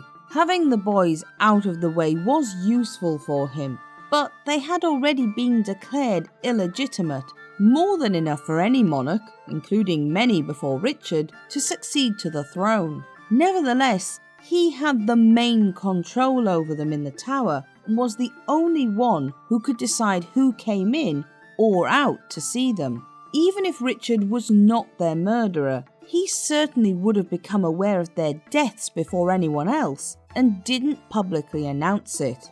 This could have been because he was afraid of the public's reaction or because he had something to hide. The next possible suspect is Henry Stafford, the Duke of Buckingham. He was Richard's right-hand man, and while the new king was away on his progress in the north, could have been given the responsibility of taking care of the two princes. He had also started to become somewhat disaffected with Richard, which seemed to coincide at the same time as he remembered his own possible claim through the Beaufort line. However, this is unlikely as Margaret's claim, and therefore Henry Tudor's, was stronger than Buckingham's. A document written a few decades after the prince's disappearance claimed they were starved to death on the advice of Henry Stafford. When Richard III returned, he and Buckingham also had a blazing row about an unknown subject and fell out irrevocably. Was it possible Richard had found out Buckingham had killed his nephews and, knowing the blame would be placed on himself, felt he had to cover up their deaths? In October, Buckingham openly led a rebellion against Richard and was subsequently executed without trial on the 2nd of November 1483. One final, more flimsy option remains, one which has been taken up in modern historical dramas with little basis, that of Henry VII and his mother, Margaret. Henry VII certainly would have had more reason to remove the boys than Richard III, as declaring them illegitimate once a marriage to a daughter of Edward IV was arranged would render his wife the same. Declaring the daughters legitimate would mean Prince Edward was once again the main heir for the throne, and so killing off both Edward and his brother would solve the problem. But as Henry wasn't anywhere near England at that point and had no authority to order anyone to do it for him, it leaves only one agent on his behalf, Margaret. This theory suggests that with her son, Margaret planned the deaths of the princes to clear the way for Henry claiming the throne, gave the order to do it, and had the access to do so. The main problems with this are mainly that Margaret had no access to the boys and was incredibly pious, it's highly unlikely a woman so certain of God and her own place in events would have considered murdering two young boys that were in reality the rightful claimants to England's throne. But there is a possibility that Margaret had discussed the matter with Henry, in terms of how the two boys not being around would make his life easier once back in England and married to one of Edward IV's daughters. After all, Margaret was an intelligent, astute woman who knew her son's life had been in danger so many times due to the threat of his potential claim to the throne. But these discussions, if they ever existed at all, may simply have been along the lines of the princes being taken to Europe and hidden away, not murdered. However, Henry remains an interesting subject, especially as he did execute some of his rival claimants after becoming king, and Margaret would, however pious, have likely done anything to protect her son, even covering up murder. Equally, there are those who suggested Margaret was behind the attempted rescue of the two boys in July of that year in order to help boost the prestige of Henry's future bride. But again, there is little evidence for either of these scenarios. But whoever the real suspect was, it was true that by the autumn of 1483, it was widely known that the boys had likely died in the Tower. Elizabeth Woodville was beside herself when she heard the news that her sons were probably dead, cursing herself for allowing little Richard to be taken, screaming and pulling her hair. But for Margaret, however she truly felt about the tragedy, it did present an opportunity. Using her physician, Lewis Caerlyon, as a go-between, Margaret posited the idea to Elizabeth of Henry marrying her oldest daughter, Elizabeth of York, in exchange for support from Edward IV's followers. Whether or not the idea of Henry taking the throne had come to her when Richard did the same, Margaret certainly took hold of it now. Determined to crush Richard III, Elizabeth was very taken with the idea and promised to raise support if Henry swore to marry her daughter upon taking the realm. It was around this time that Margaret learned of the Duke of Buckingham's planned rebellion, which failed due to bad weather conditions. Henry Tudor had also planned to cross the Channel in a ship borrowed from Duke Francis II, but the same weather meant he had to turn back upon reaching England. The consequences of the failed rebellion, however, led Richard to penalise Margaret. As he could not reach his intended target, Henry Tudor, instead Margaret was attainted. Her lands and properties were forfeit, but as with many noble women, the full punishment wasn't really carried out. Margaret's lands and goods were instead handed over to her husband Thomas. Richard could not risk raising the ire of a powerful nobleman like Thomas, who was also capable of flipping sides on a whim. He had proven to be a good choice of husband for Margaret. However, she was also not supposed to be able to write messages to anyone, including her son, but Thomas Stanley was somewhat lenient in this undertaking, and Henry was now taking charge of his destiny. On Christmas Day 1483, he announced publicly in Brittany his betrothal to the Princess Elizabeth, ensuring not only support from Lancastrians, but also disaffected Yorkists. It worked well enough that on the 23rd of January 1484, Richard oversaw a parliament that declared the marriage was a load of nonsense and reported that Elizabeth of York was still illegitimate, so she couldn't inherit anything anyway, including a claim to the throne. It then went further to suggest the marriage had been brought about by witchcraft, cast by Elizabeth Woodville and her mother Jacquetta of Luxembourg, with absolutely no evidence to back this claim up. In light of the uncertainty to come, most of the lords, according to the Croyland Chronicle, swore allegiance to Richard's young son, the Prince of Wales, also named Edward, and Elizabeth Woodville was running out of her limited income the longer she remained in sanctuary.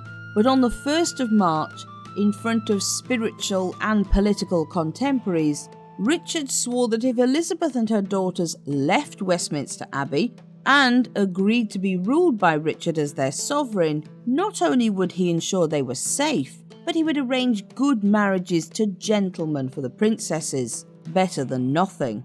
Elizabeth Woodville had little choice, and she relented. But on the 9th of April 1484, there came yet another tragic twist. Richard and Anne's son, Prince Edward, died suddenly after a short illness at just 10 years old.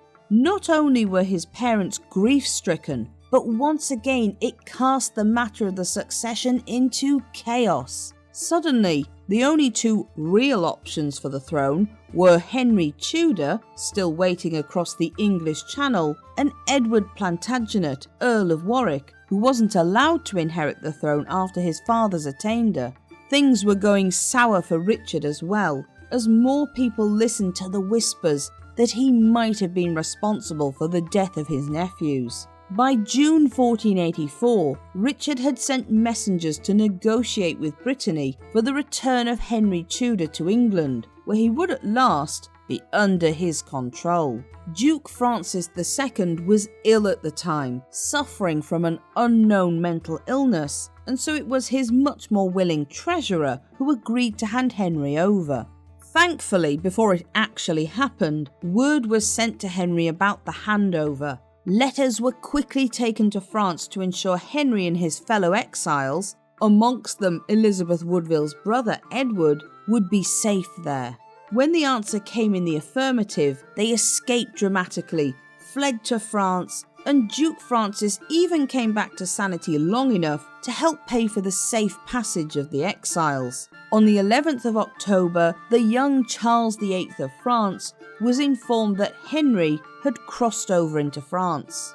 While it was likely Henry could be used as a pawn in their struggles against England and negotiations with Richard, Henry himself hoped he could use the French sympathies for his position to mount another invasion. By this time, Henry was sending letters to England in November of that year to gather supporters, signing them with the initials H&R for Henricus Rex, King Henry.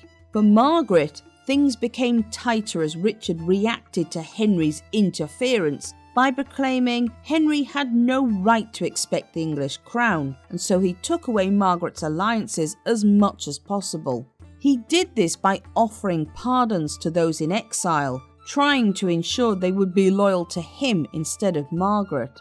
She can only have grown more furious at how she was being treated, but it would seem that Richard had forgotten a very important ally of Margaret's, her own husband, Lord Stanley. Those affiliated with Stanley but also in exile began to join Henry in France, including the Earl of Oxford, who was an experienced military commander. Henry asked Bishop Morton to obtain a dispensation for his marriage to Elizabeth of York, and it was clear something was going to change soon. Richard III's world changed yet again when Queen Anne died on the 16th of March after a lingering illness.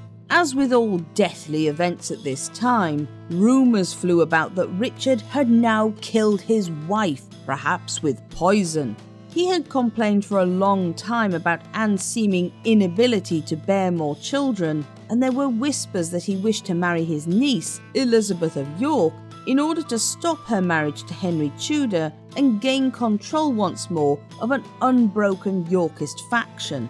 Just a few weeks later, he was forced to publicly announce, embarrassingly, that he had no intention of marrying his niece. But it was too late, and the general populace now believed the very worst things about Richard. Margaret must have realised it was time for Henry to make a triumphant return home.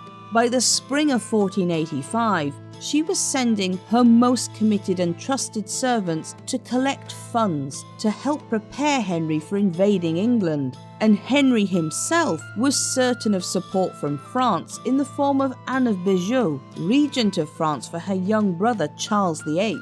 Even Thomas Stanley, Margaret's husband, was cautiously beginning to believe his stepson could succeed, considering the unpopularity of Richard. Stanley's belief in Margaret's son, most likely through the influence of Margaret herself, was one of the most important factors for what was to come. By late June, Richard had shut himself in Nottingham Castle, a central stronghold, rallying an army around him. He also had to issue yet another proclamation damning Henry Tudor, this time omitting any of the Woodvilles from the list of traitors in an effort to get them on side, and stating that both Henry and Margaret Beaufort's legacy was illegitimate through John of Gaunt and Catherine Swynford. Margaret may have felt the sting of these insults, but judging by her character, it's also more likely she was pleased her enemy was feeling so vulnerable he had to insult her publicly. On the 1st of August 1485, Henry set out from Harfleur with the Earl of Oxford and the priest Richard Fox, whom he immediately committed to his council once he was king. There was no looking back now. On the 7th of August, he landed on Welsh soil in Pembrokeshire for the first time in 15 years. But while Henry was well known and liked in Wales and rallied men to his banner, it was not in the numbers he wanted. To those in England, Henry was a virtual stranger, and so he looked to his devoted representative to aid him, his mother Margaret. This time, however, she would also have help in the form of Thomas Stanley. Margaret had evidently persuaded her husband that her son would succeed in the coming battle, and he asked Richard III for leave from court just before Henry arrived in Wales, apparently to see his family in Lancashire and rest and recuperate. Richard wasn't stupid though. He agreed that Stanley could leave court, but only if he left behind his eldest son George, Lord Strange, at Nottingham Castle as assurance of Stanley's allegiance to the king. Thomas had little choice but to do as he was asked, which was about to make things very difficult for him. Margaret had spent the last 2 decades quietly living with a monarchy made up of her enemies. She had befriended some of these enemies and had even endured house arrest, all in order to keep her son alive and get him home safely. Now he was close to the culmination of their efforts, heading an army and marching towards the current king. Margaret was now 42 years old and had seen enough of the Wars of the Roses to know that Lancastrians could easily fall, either on the battlefield or the chopping block, and Henry's failure would mean certain death for them both. But not for the first time in her life. Margaret would hold fast to her belief that God had set this path for her and her son. However, when her husband returned home, it became clear that due to Richard holding his son, George, Lord Stanley was unable to openly declare his allegiance for Henry even if that was his wish. Things were going to be trickier than that. On the 11th of August, when King Richard received word Henry Tudor had arrived, he apparently rejoiced at the opportunity to vanquish his enemy and called for his men to join him. This included Stanley, who he demanded appear immediately. But Thomas Stanley, in a desperate bid to gain time, sent back word that he was unfortunately violently ill with a sweating sickness and therefore couldn't come. An unlikely story, but difficult to prove as a lie. As Henry came further east through Shrewsbury, he still had difficulty gaining men for his cause, but his letters to Margaret and Lord Stanley and Stanley's brother William had not been for nothing. Near Stafford, Gilbert Talbot rode to meet him with a small force, as did Sir William Stanley in town. Whether Thomas Stanley really had been ill or not, he declared himself recovered on the 15th of August and left his home and Margaret behind. While nothing is known of what conversation passed between husband and wife before Stanley left, it's highly probable they discussed the strategy Stanley was to follow. Unable to follow to the battlefield, all Margaret could now do was hope she had played her cards in the right order, hope her husband would support her son, and pray for Henry's life. Around the 20th of August, Stanley met secretly at Atherstone with his stepson and brother. It was a joyful reunion, and no doubt Thomas will have passed on messages from Margaret to Henry. Whatever the battle plans were will remain unknown, but no doubt they were discussed and agreed upon.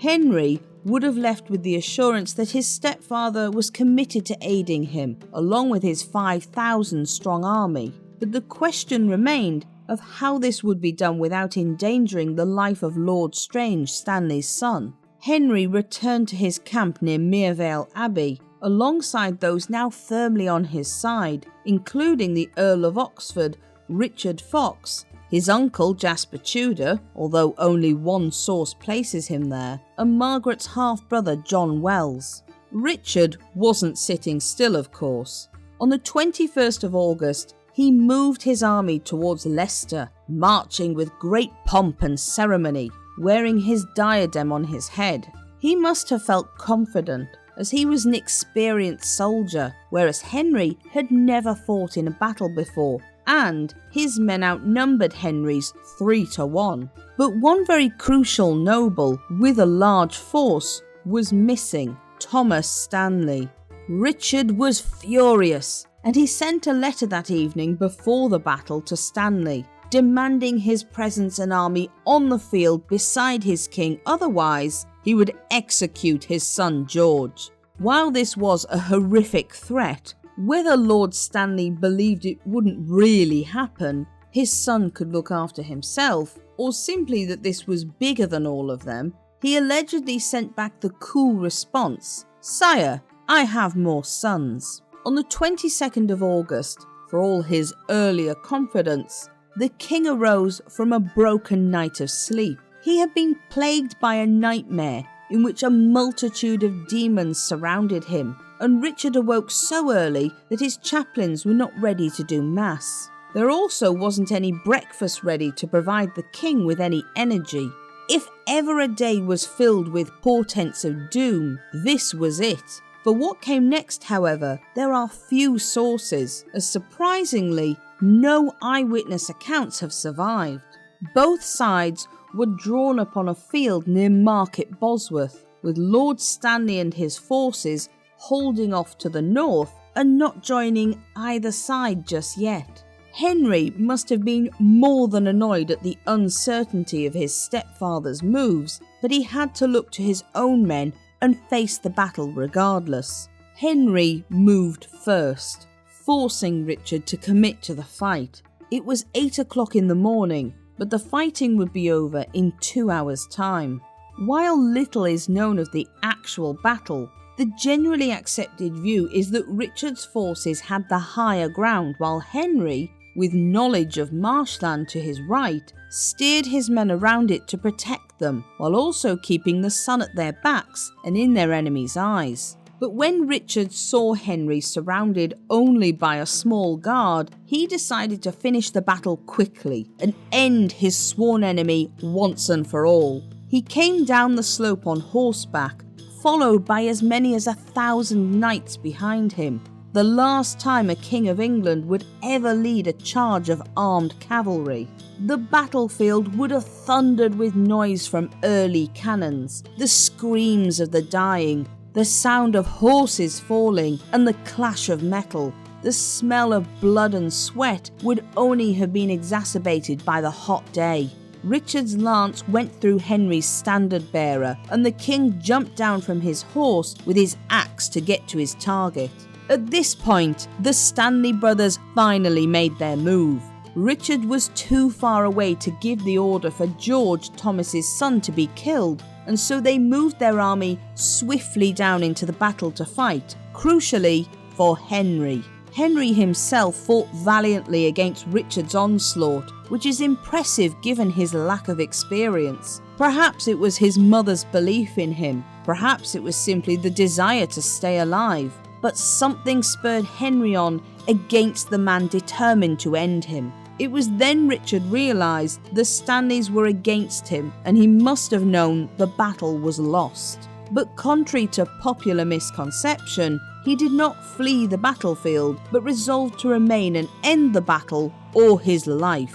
At last, his horse trapped in the marshes, Richard III was stabbed fatally by an unknown Welsh soldier. The Battle of Bosworth had ended with the death of the last Plantagenet king and would be considered by some the end of the Middle Ages. Of all the legends told from the end of the battle, one ties in Margaret once again. According to poetic legend, Reginald Bray, Margaret's steward, was the man who found Richard's crown hanging from a thorn bush. Somehow, once again, Margaret was still present in the important events of her son's life, even if she wasn't there in person.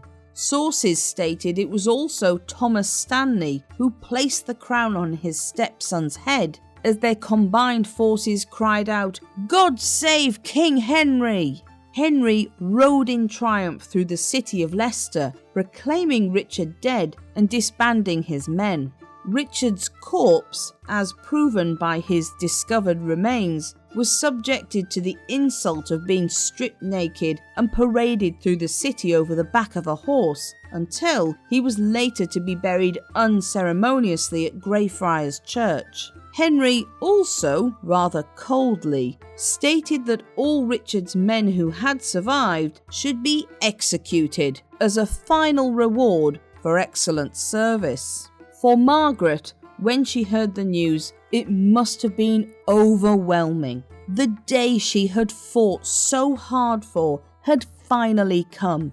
Her enemy was dead, her son was alive and home, and on top of this, he was King of England. While the men had fought valiantly on the battlefield, it was everything Margaret had done behind the scenes that had ensured victory for her son. Every careful marriage, every letter sent, every royal she had served without worrying about her own allegiance had been for Henry. Her political intelligence and sharpness had ensured she knew when to push and when to hold back, and when to offer advice to her son. Punishments from Richard III and the threat of death had not stopped her, showing just how courageous and strong a woman Margaret really was. But this wasn't the end. No one, not even Margaret, could be certain of Henry holding his new throne. She had helped her son gain the crown of England. Now she would aid him in retaining it and creating a dynasty. And in doing so, Margaret would also make herself the most powerful woman in England. It was 1485. The Battle of Bosworth had just been fought and Richard III was dead. But for Margaret Beaufort, her efforts for the last few decades had finally come to fruition in the form of her son, Henry Tudor, who was now King Henry VII of England. But now came the question of whether he was able to hold on to it or not, and in this, Margaret would be instrumental. Although in the modern era there is often a neat divide for the Tudor era beginning, the truth is more complex. Richard III's reign had been short, Edward IV had been just before him, and even for the youngest adults, they would have remembered Henry VI's short second reign. There was every sceptical reason to assume Henry VII's reign would go the same way, and yet there was one major difference in Henry's favour. Most of his rivals were dead. Whether the House of York or Lancaster had been in charge over the decades, there had always been a rival waiting in the wings for their chance to pounce. But many had either died in the years before or had been killed at the Battle of Bosworth. It left very few, if anyone, who represented a real threat to Henry's crown, at least at first. Wasting no time, Henry immediately moved to secure his place, starting with the 10-year-old Edward Plantagenet, Earl of Warwick. Warwick's father was George, Duke of Clarence. When George was executed, his son could no longer inherit anything from him under an Act of Attainder. However, this was a technicality, and little Warwick could easily become a figurehead for the Yorkist cause. Henry placed Warwick in the Tower of London and placed his mother Margaret as the young boy's ward. Margaret herself came south to meet with Henry, who she hadn't seen for over 15 years. After what must have been an emotional reunion in London, the pair went to Margaret's home in Woking to reconnect and plan Henry's next moves. It's easy to see Margaret as nothing more than an overbearing mother in Henry's life, but in fact, she probably made his reign far easier than it would have been. As he had been away from England for so long, Henry had relied on his mother's letters, and the information from his fellow exiles could be useful, but would hold bias. Now he needed to know the complex web of relationships and alliances in England. Henry could trust only one person to be truly honest with him and knowledgeable about events, his mother, Margaret. And in doing this, she would carve out a unique place for herself as mother of the king. It is interesting that Margaret never considered herself for queen, but there hadn't yet been a female regnant on the throne, and so perhaps it never crossed her mind to claim the crown. For Henry VII, his claim was dual in nature. Through marrying Elizabeth of York, the Yorkist claim would be connected to him, but only while she lived. To bolster this, Henry needed to include his mother's claim from the House of Lancaster, as well as his own claim through conquest. Neither claim on its own was strong enough, but put together they could be. His coronation was lavish and filled with pomp. Margaret would proudly note the occasion in her Book of Hours, writing that, "On this day King Henry VII was crowned at Westminster. Crimson cloth of gold and ermine had been ordered to make luxurious clothes for the occasion, and the abbey was spectacularly decorated with symbols of the new king, Lancastrian red roses and Welsh dragons. And his uncle Jasper Tudor was given the honour of carrying St. Edward's crown. Margaret was reported to have wept tears when Henry was crowned, no doubt a mixture of pride and anxiety for what was to come. One of Henry's first actions was for the benefit of his mother. He had her declared a femme soleil, a woman who was able to act independently of her husband and own her own properties. For the first time in 4 marriages, the wealth that had been the lure for potential husbands finally became Margaret's alone. This was a right normally allowed only for queens or the occasional poorer woman who needed to run a business in her husband's absence. Margaret's entire life had been spent as a wife or mother, supporting the men around her, and now she was beholden to no one. In the style of Cecily Neville before her, Margaret took on the title of My Lady the King's Mother. By 1499, she had stopped signing documents as Margaret Richmond and instead signed simply as Margaret R. It has been debated as to whether this was simply a shortening of her name or instead the R was intended to stand for Regina, Queen, indicating her rise in status.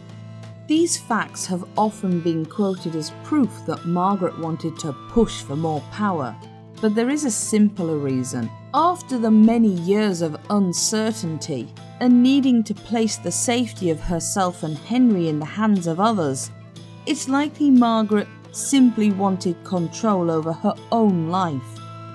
It's not something she could have necessarily expected, given the attitudes of the 15th century, but mother and son clearly understood each other. There was deep affection between them, as shown in one of Henry's letters to his mother, in which he tells her, "I shall be as glad to please you as your heart can desire it, and I know well that I am as much bounden to do so as any creature living for the great and singular motherly love and affection that it hath pleased you at all times to bear towards me." Thomas Stanley was created Earl of Derby and became known as Henry's beau-père, or the King's stepfather. While her land rights were hers alone, Margaret did ensure the money she gained from her lands was portioned up between herself and Thomas, showing their marriage truly was a partnership of equals where possible. Jasper Tudor became the Duke of Bedford and married Catherine Woodville, and John Wells, Margaret's half-brother, married Cecily Woodville. This was another moment for marriage to help heal ties between the houses of York and Lancaster. The attainders against Margaret, Henry and Jasper were all removed, and Elizabeth Woodville was also restored to her former comforts, which led to the next thing Henry had to do. If he still wanted to marry Elizabeth of York, he would have to remove the act denouncing her and her siblings as illegitimate. On the 7th of December, Parliament removed and destroyed the records of the title as Regius, and by the 10th, they asked Henry to unify two bloods by marrying Princess Elizabeth. They did this, however, while also carefully implying his claim was strong enough on its own and not on his wife's. Therefore, if Elizabeth died before Henry, his hold on the throne would not be in doubt. This was merely an end to the feud between the two houses. The other point of the marriage was also that it was assumed Elizabeth held the dominant claim for the House of York, not her brothers, remembering that no one was actually certain of their fate at this point. When Henry became king, he also took control of the Tower of London, and yet there is no record of what was or wasn't found there. If Henry had been uncertain of their deaths, the absence of the boys would almost certainly be announced in order to further smear Richard's name, and yet there was none. If there was no proof either way, announcing the princes as simply missing would probably have stirred up another war.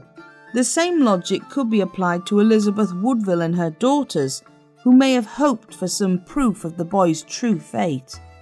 On the 18th of January 1486, Henry VII and Elizabeth of York were finally wed, bringing their country the closest it had been for years to being healed from war. The response was jubilant, with people lighting bonfires across the kingdom, and London was filled with crowds of people singing and dancing. Francis Bacon would later sum up the mood by stating, "Bosworth had given Henry the bended knee of his subjects. This marriage gave him their hearts." It wasn't long after the royal couple announced that the Queen was pregnant with their first child. Poetry was written expressing the overwhelming joy and happiness across the land. Henry and Elizabeth's marriage also seems to have been one of genuine affection and love. They spent most of their time together, and Henry, for all of his later supposed miserly qualities, lavished his wife with gifts from expensive jewels to gold wire and cash. They always seemed to be harmonious together. Most people did seem happy with their new king and queen, but in Yorkshire there was a rebellion at Easter time, and Henry had to spend the first year of his reign showing himself around his new lands and putting down small-scale outbursts of violence. His new wife, her sisters, Elizabeth Woodville and Margaret Beaufort all stayed together at St Swithin's Priory at Winchester for the summer. While there is no hard evidence for how all the women got along, it's highly likely there was competition between Elizabeth Woodville and Margaret. They were both intelligent, ambitious women who had fought for their place, and technically, as Dowager Queen, Elizabeth outranked Margaret. But while they may have jostled between each other, it's not to say they actively disliked one another. After all, they had happily worked together on arranging the marriage between their children and the downfall of Richard III. Not to mention, Margaret had known the Dowager Queen and her children for years during their time at court, and there is nothing to hint she was not fond of them. There is also a persistent rumour that Elizabeth of York and Margaret did not get along either, but the source of this is a single report from the Spanish ambassador in 1498, who stated, that the king was led in all matters by his mother, and the queen disliked it greatly. However, there is no other evidence for this, and there surely would have been had it been true. All other evidence actually points to cooperation between the two women, and this started with a series of measures put together to prepare for the first royal birth. Proper protocol was put in place to ensure Elizabeth was comfortable, that Winchester Cathedral would be suitably decked out for the christening, that the female members of the family were given prominent positions in the christening, and that after the child was born, a doctor should be present with the wet nurse to ensure the baby fed enough. On the 20th of September 1486, Elizabeth of York gave birth to the first royal child, a son.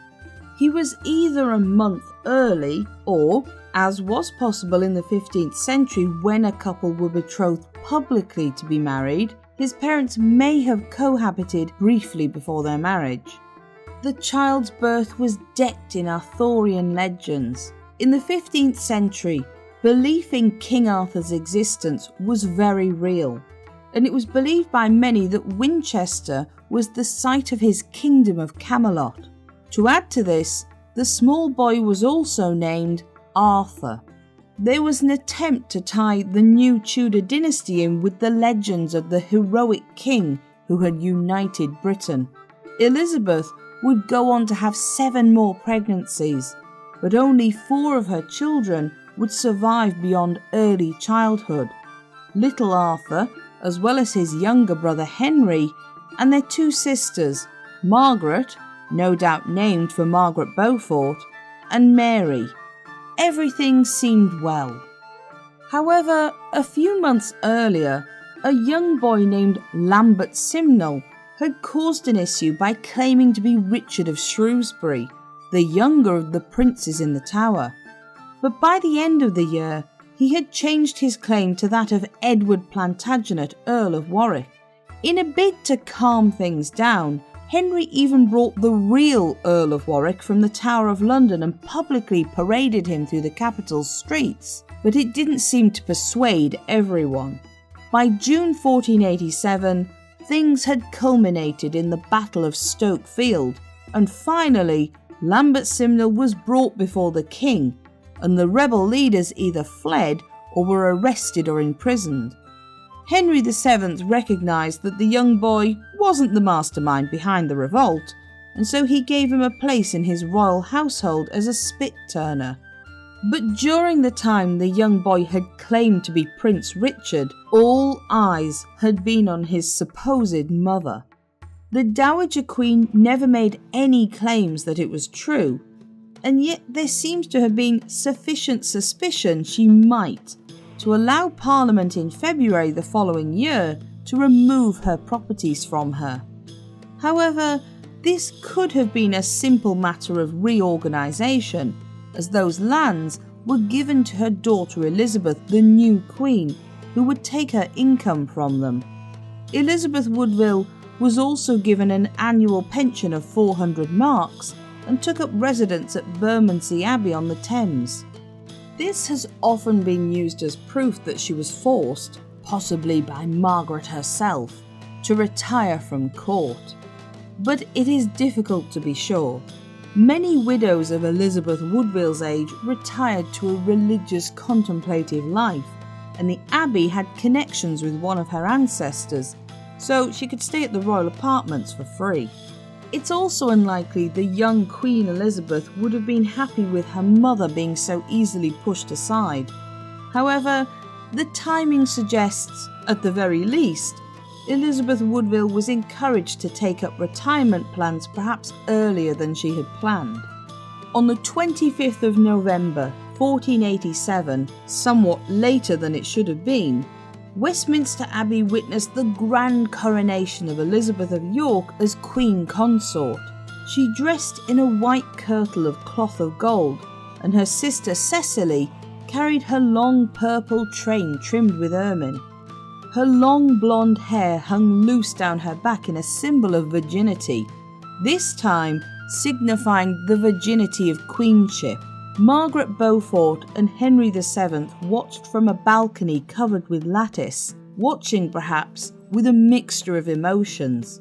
On the one hand, Elizabeth as Henry's wife and now as a queen consort added to his claim. On the other, it equally put it in danger.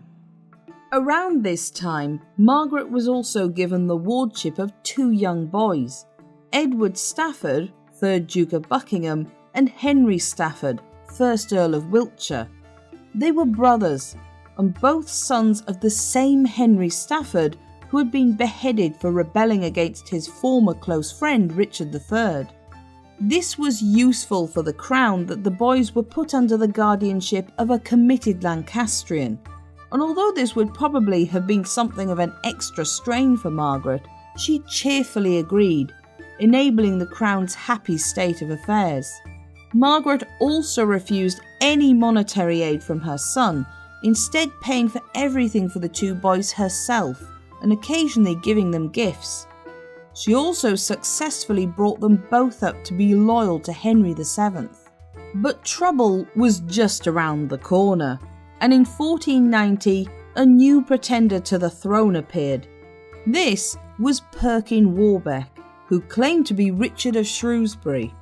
This time, he was aided by the only remaining member of the Yorkist royal family who had the money and means to help him, Margaret of York, the Duchess of Burgundy, who was sister to Edward IV and Richard III. It's highly unlikely Margaret of York actually believed his claims, but desperate to get Henry VII off the throne, she saw an opportunity. Perkin Warbeck was just believable enough. Many said he bore a strong resemblance to the young prince and the prince's father, and thanks to probably being coached by the Duchess, had perfect courtly manners and knew much about the royal family on an intimate basis. The Duchess of Burgundy's money helped pay for ships and men, and Warbeck soon made landings in England, which Henry had to deal with in kind. Facing defeat, Warbeck fled to Scotland, where he was warmly welcomed by King James IV of Scotland, who also married him to a noblewoman of his court, recognising the international influence he could leverage with his unusual visitor in Scotland. After once again reaching England to put up a fight, Warbeck surrendered in Hampshire in 1497 and was captured. Shortly afterwards, he retracted his claims, admitting only to being a Flemish man and an impostor. Henry's reaction to this was actually rather surprising. Rather than punish Warbeck, he released the young man from the Tower of London and even allowed him to appear at court. No doubt Margaret was nervous of these events, but 8 months later, Warbeck tried to escape and was put in the Tower of London once more, this time with Edward Plantagenet. The two tried once more for escape, but were captured and both executed. It seems convenient that not only was Perkin Warbeck now out of the way, but also the Earl of Warwick. Perkin Warbeck's escapades had cost the country £13,000. Margaret now threw herself into helping her daughter-in-law with her royal grandchildren. Both women wrote jointly to Isabella and Ferdinand of Spain about a marriage between their daughter, Catherine, and young Prince Arthur. The pair had been betrothed, but as with all political marriages, negotiations went on for many years. Both Margaret and Elizabeth were determined to help forge links between England and Spain against France, but equally they seem to have had a genuine desire to ensure Catherine would be well treated in their country. When Margaret Beaufort's granddaughter, Margaret Tudor, was betrothed to James IV, Margaret interceded with her daughter-in-law to Henry to ensure she was not sent to Scotland at too young an age, and so would not share the Countess of Richmond's fate. In 1499, Margaret once again took an unusual step towards her independence, and one that again points to her possible dislike of sexual relations when she took a vow of chastity. This was with her husband Thomas Stanley's permission, and she took the vow in the presence of the Bishop of London. This was unusual because she was not widowed, but it also possibly ties in with her devout nature. While the couple had always worked together to secure the safety and wealth of their family, neither had ever pretended it was a marriage of love. The relationship between them remained friendly and amicable, but Margaret now moved into her own property at Collie Weston, Northamptonshire, and was regularly visited by Thomas, who had his own rooms. In the lack of being able to hand regulation of justice in the Midlands and North to a sibling, Henry VII would turn to his mother, giving her the position instead from her new palace at Collie Weston. On the 14th of November 1501, Catherine of Aragon and Prince Arthur were married in a lavish ceremony. Margaret must have been elated to see the spectacle. It was the culmination of everything she had worked for, beyond it even. Not only was her son securely seated on the throne of England, not only had a union been created with Elizabeth of York, but now her charming grandson had married his future queen, creating ties with Spain. The young couple returned to Ludlow Castle, where they established their household, but sadly, the happiness and hope was not to last. Both Catherine and Arthur were struck with a severe illness that Catherine survived, and Arthur did not. He died on the 2nd of April 1502 at just 15 years old. His parents were devastated, and both were stricken with grief and mourned together, unusual for a royal family. But it must have been bittersweet for Elizabeth of York, who at 36 was once again pregnant. In 1503, she entered her confinement period as she had so many times before at the Tower of London. She gave birth on the 2nd of February 1503 to a baby girl, Catherine, who lived only a few days. Elizabeth herself succumbed to a postpartum infection and passed away just a few days later on the 11th of February, her 37th birthday. Her entire family were devastated. Elizabeth had been well loved, including by Margaret, who also deeply mourned the loss of her daughter-in-law, but none were as affected as King Henry. Her death broke his heart, and the king shut himself away, refusing to speak to anyone. His courtiers were alarmed by his behaviour, as Henry was normally a reserved character who showed little emotion, but he gave in to publicly sobbing and shouting after learning of his wife's death. He became ill and wouldn't allow anyone, including doctors, to come near him. There was only one person he would allow near him, the one person who he trusted above all others, his mother Margaret. Margaret moved into Richmond Palace, ordering medicines for her son and taking care of him. Henry was unusual for the time in that he had been a completely faithful husband to his wife with no mistresses, and although he made half-hearted gestures towards remarriage for the sake of his advisors, he would never remarry. As Margaret grew older, she was described as being devout to a degree we would today probably call fanatical. She would start at 5 a.m. each day with prayers and psalms, attend 4 or 5 masses a day on her knees before her morning meal, which was probably painful as she was also likely suffering from arthritis, attend evensong before dinner, and then go to her chapel for prayers before bed. However, she was also described as ruling her household with a rod of iron, and she wouldn't stand for any of her servants creating factions against the others. It's not surprising, after Margaret's life and considering her personality, that her need to control events and people around her came about. But she was also described as being kind, and if any of her household fell ill, it was Margaret herself who attended to them, and Margaret who was by their side if they died. In 1504, Margaret's final husband Thomas Stanley, died. She took the opportunity to renew her chastity vows. No doubt she grieved for Stanley appropriately, but she could not pretend she had loved him deeply. It was also around this time that mother and son would have their only public disagreement.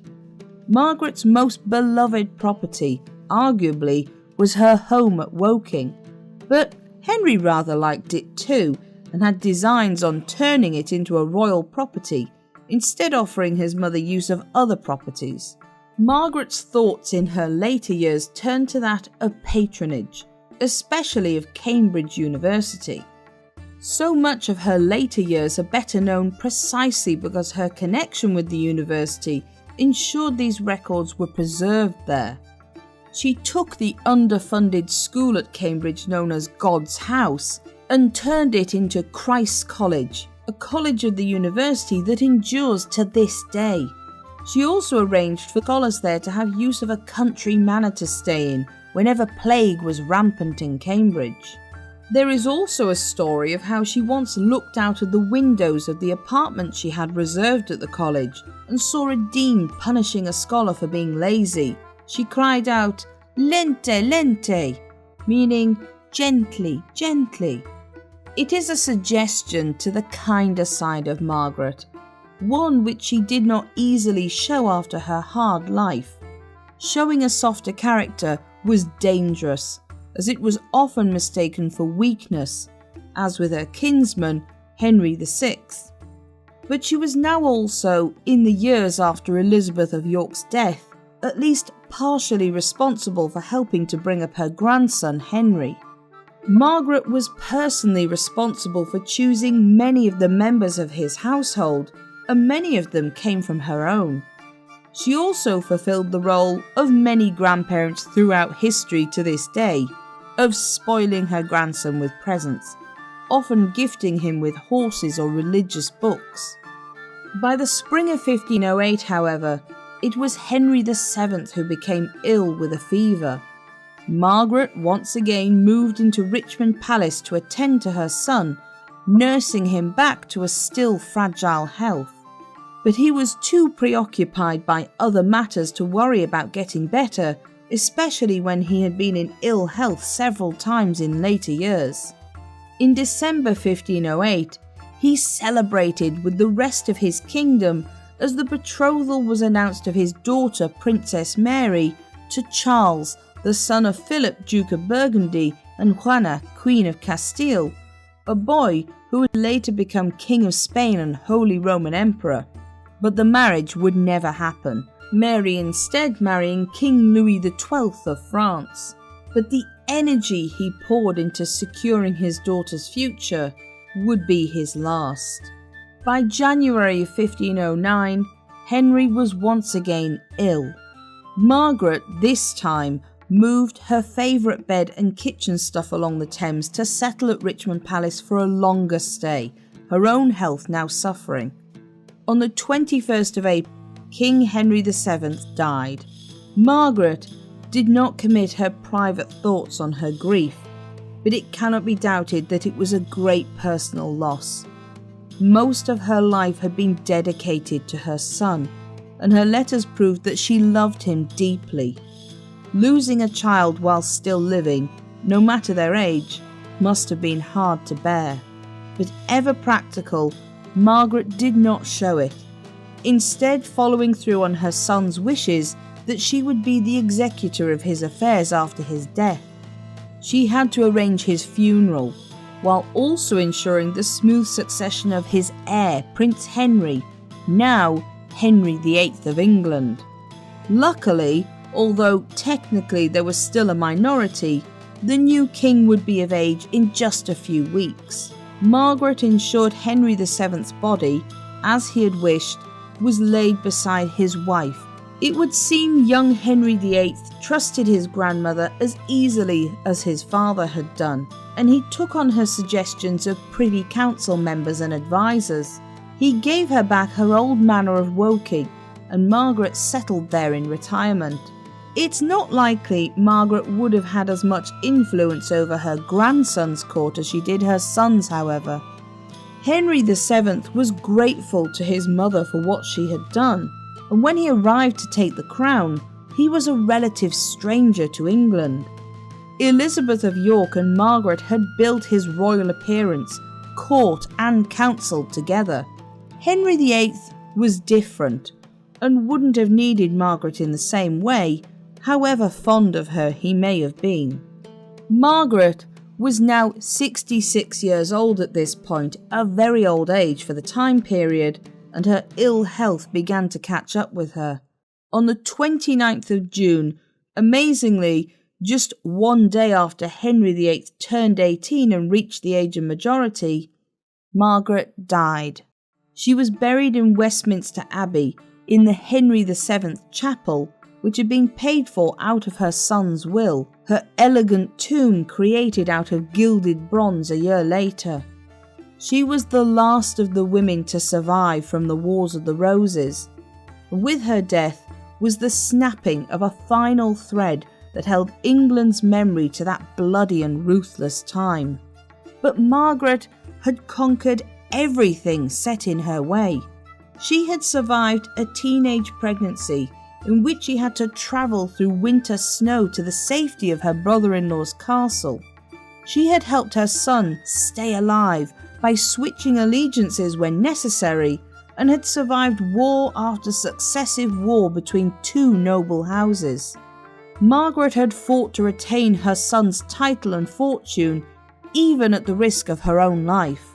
She had lived through 5 monarchs, and her crowning achievement was that the last 2 were her own son and grandson, something young Margaret could not have foreseen. While she was devout, Margaret was no saint, but neither was she a monster. She was a survivor and a mother. And in these roles, Margaret Beaufort established a dynasty that both ended the Wars of the Roses for good and started a new conflict based on religion, the Tudors. If you enjoyed this video, don't forget to like and subscribe so you don't miss any new documentaries.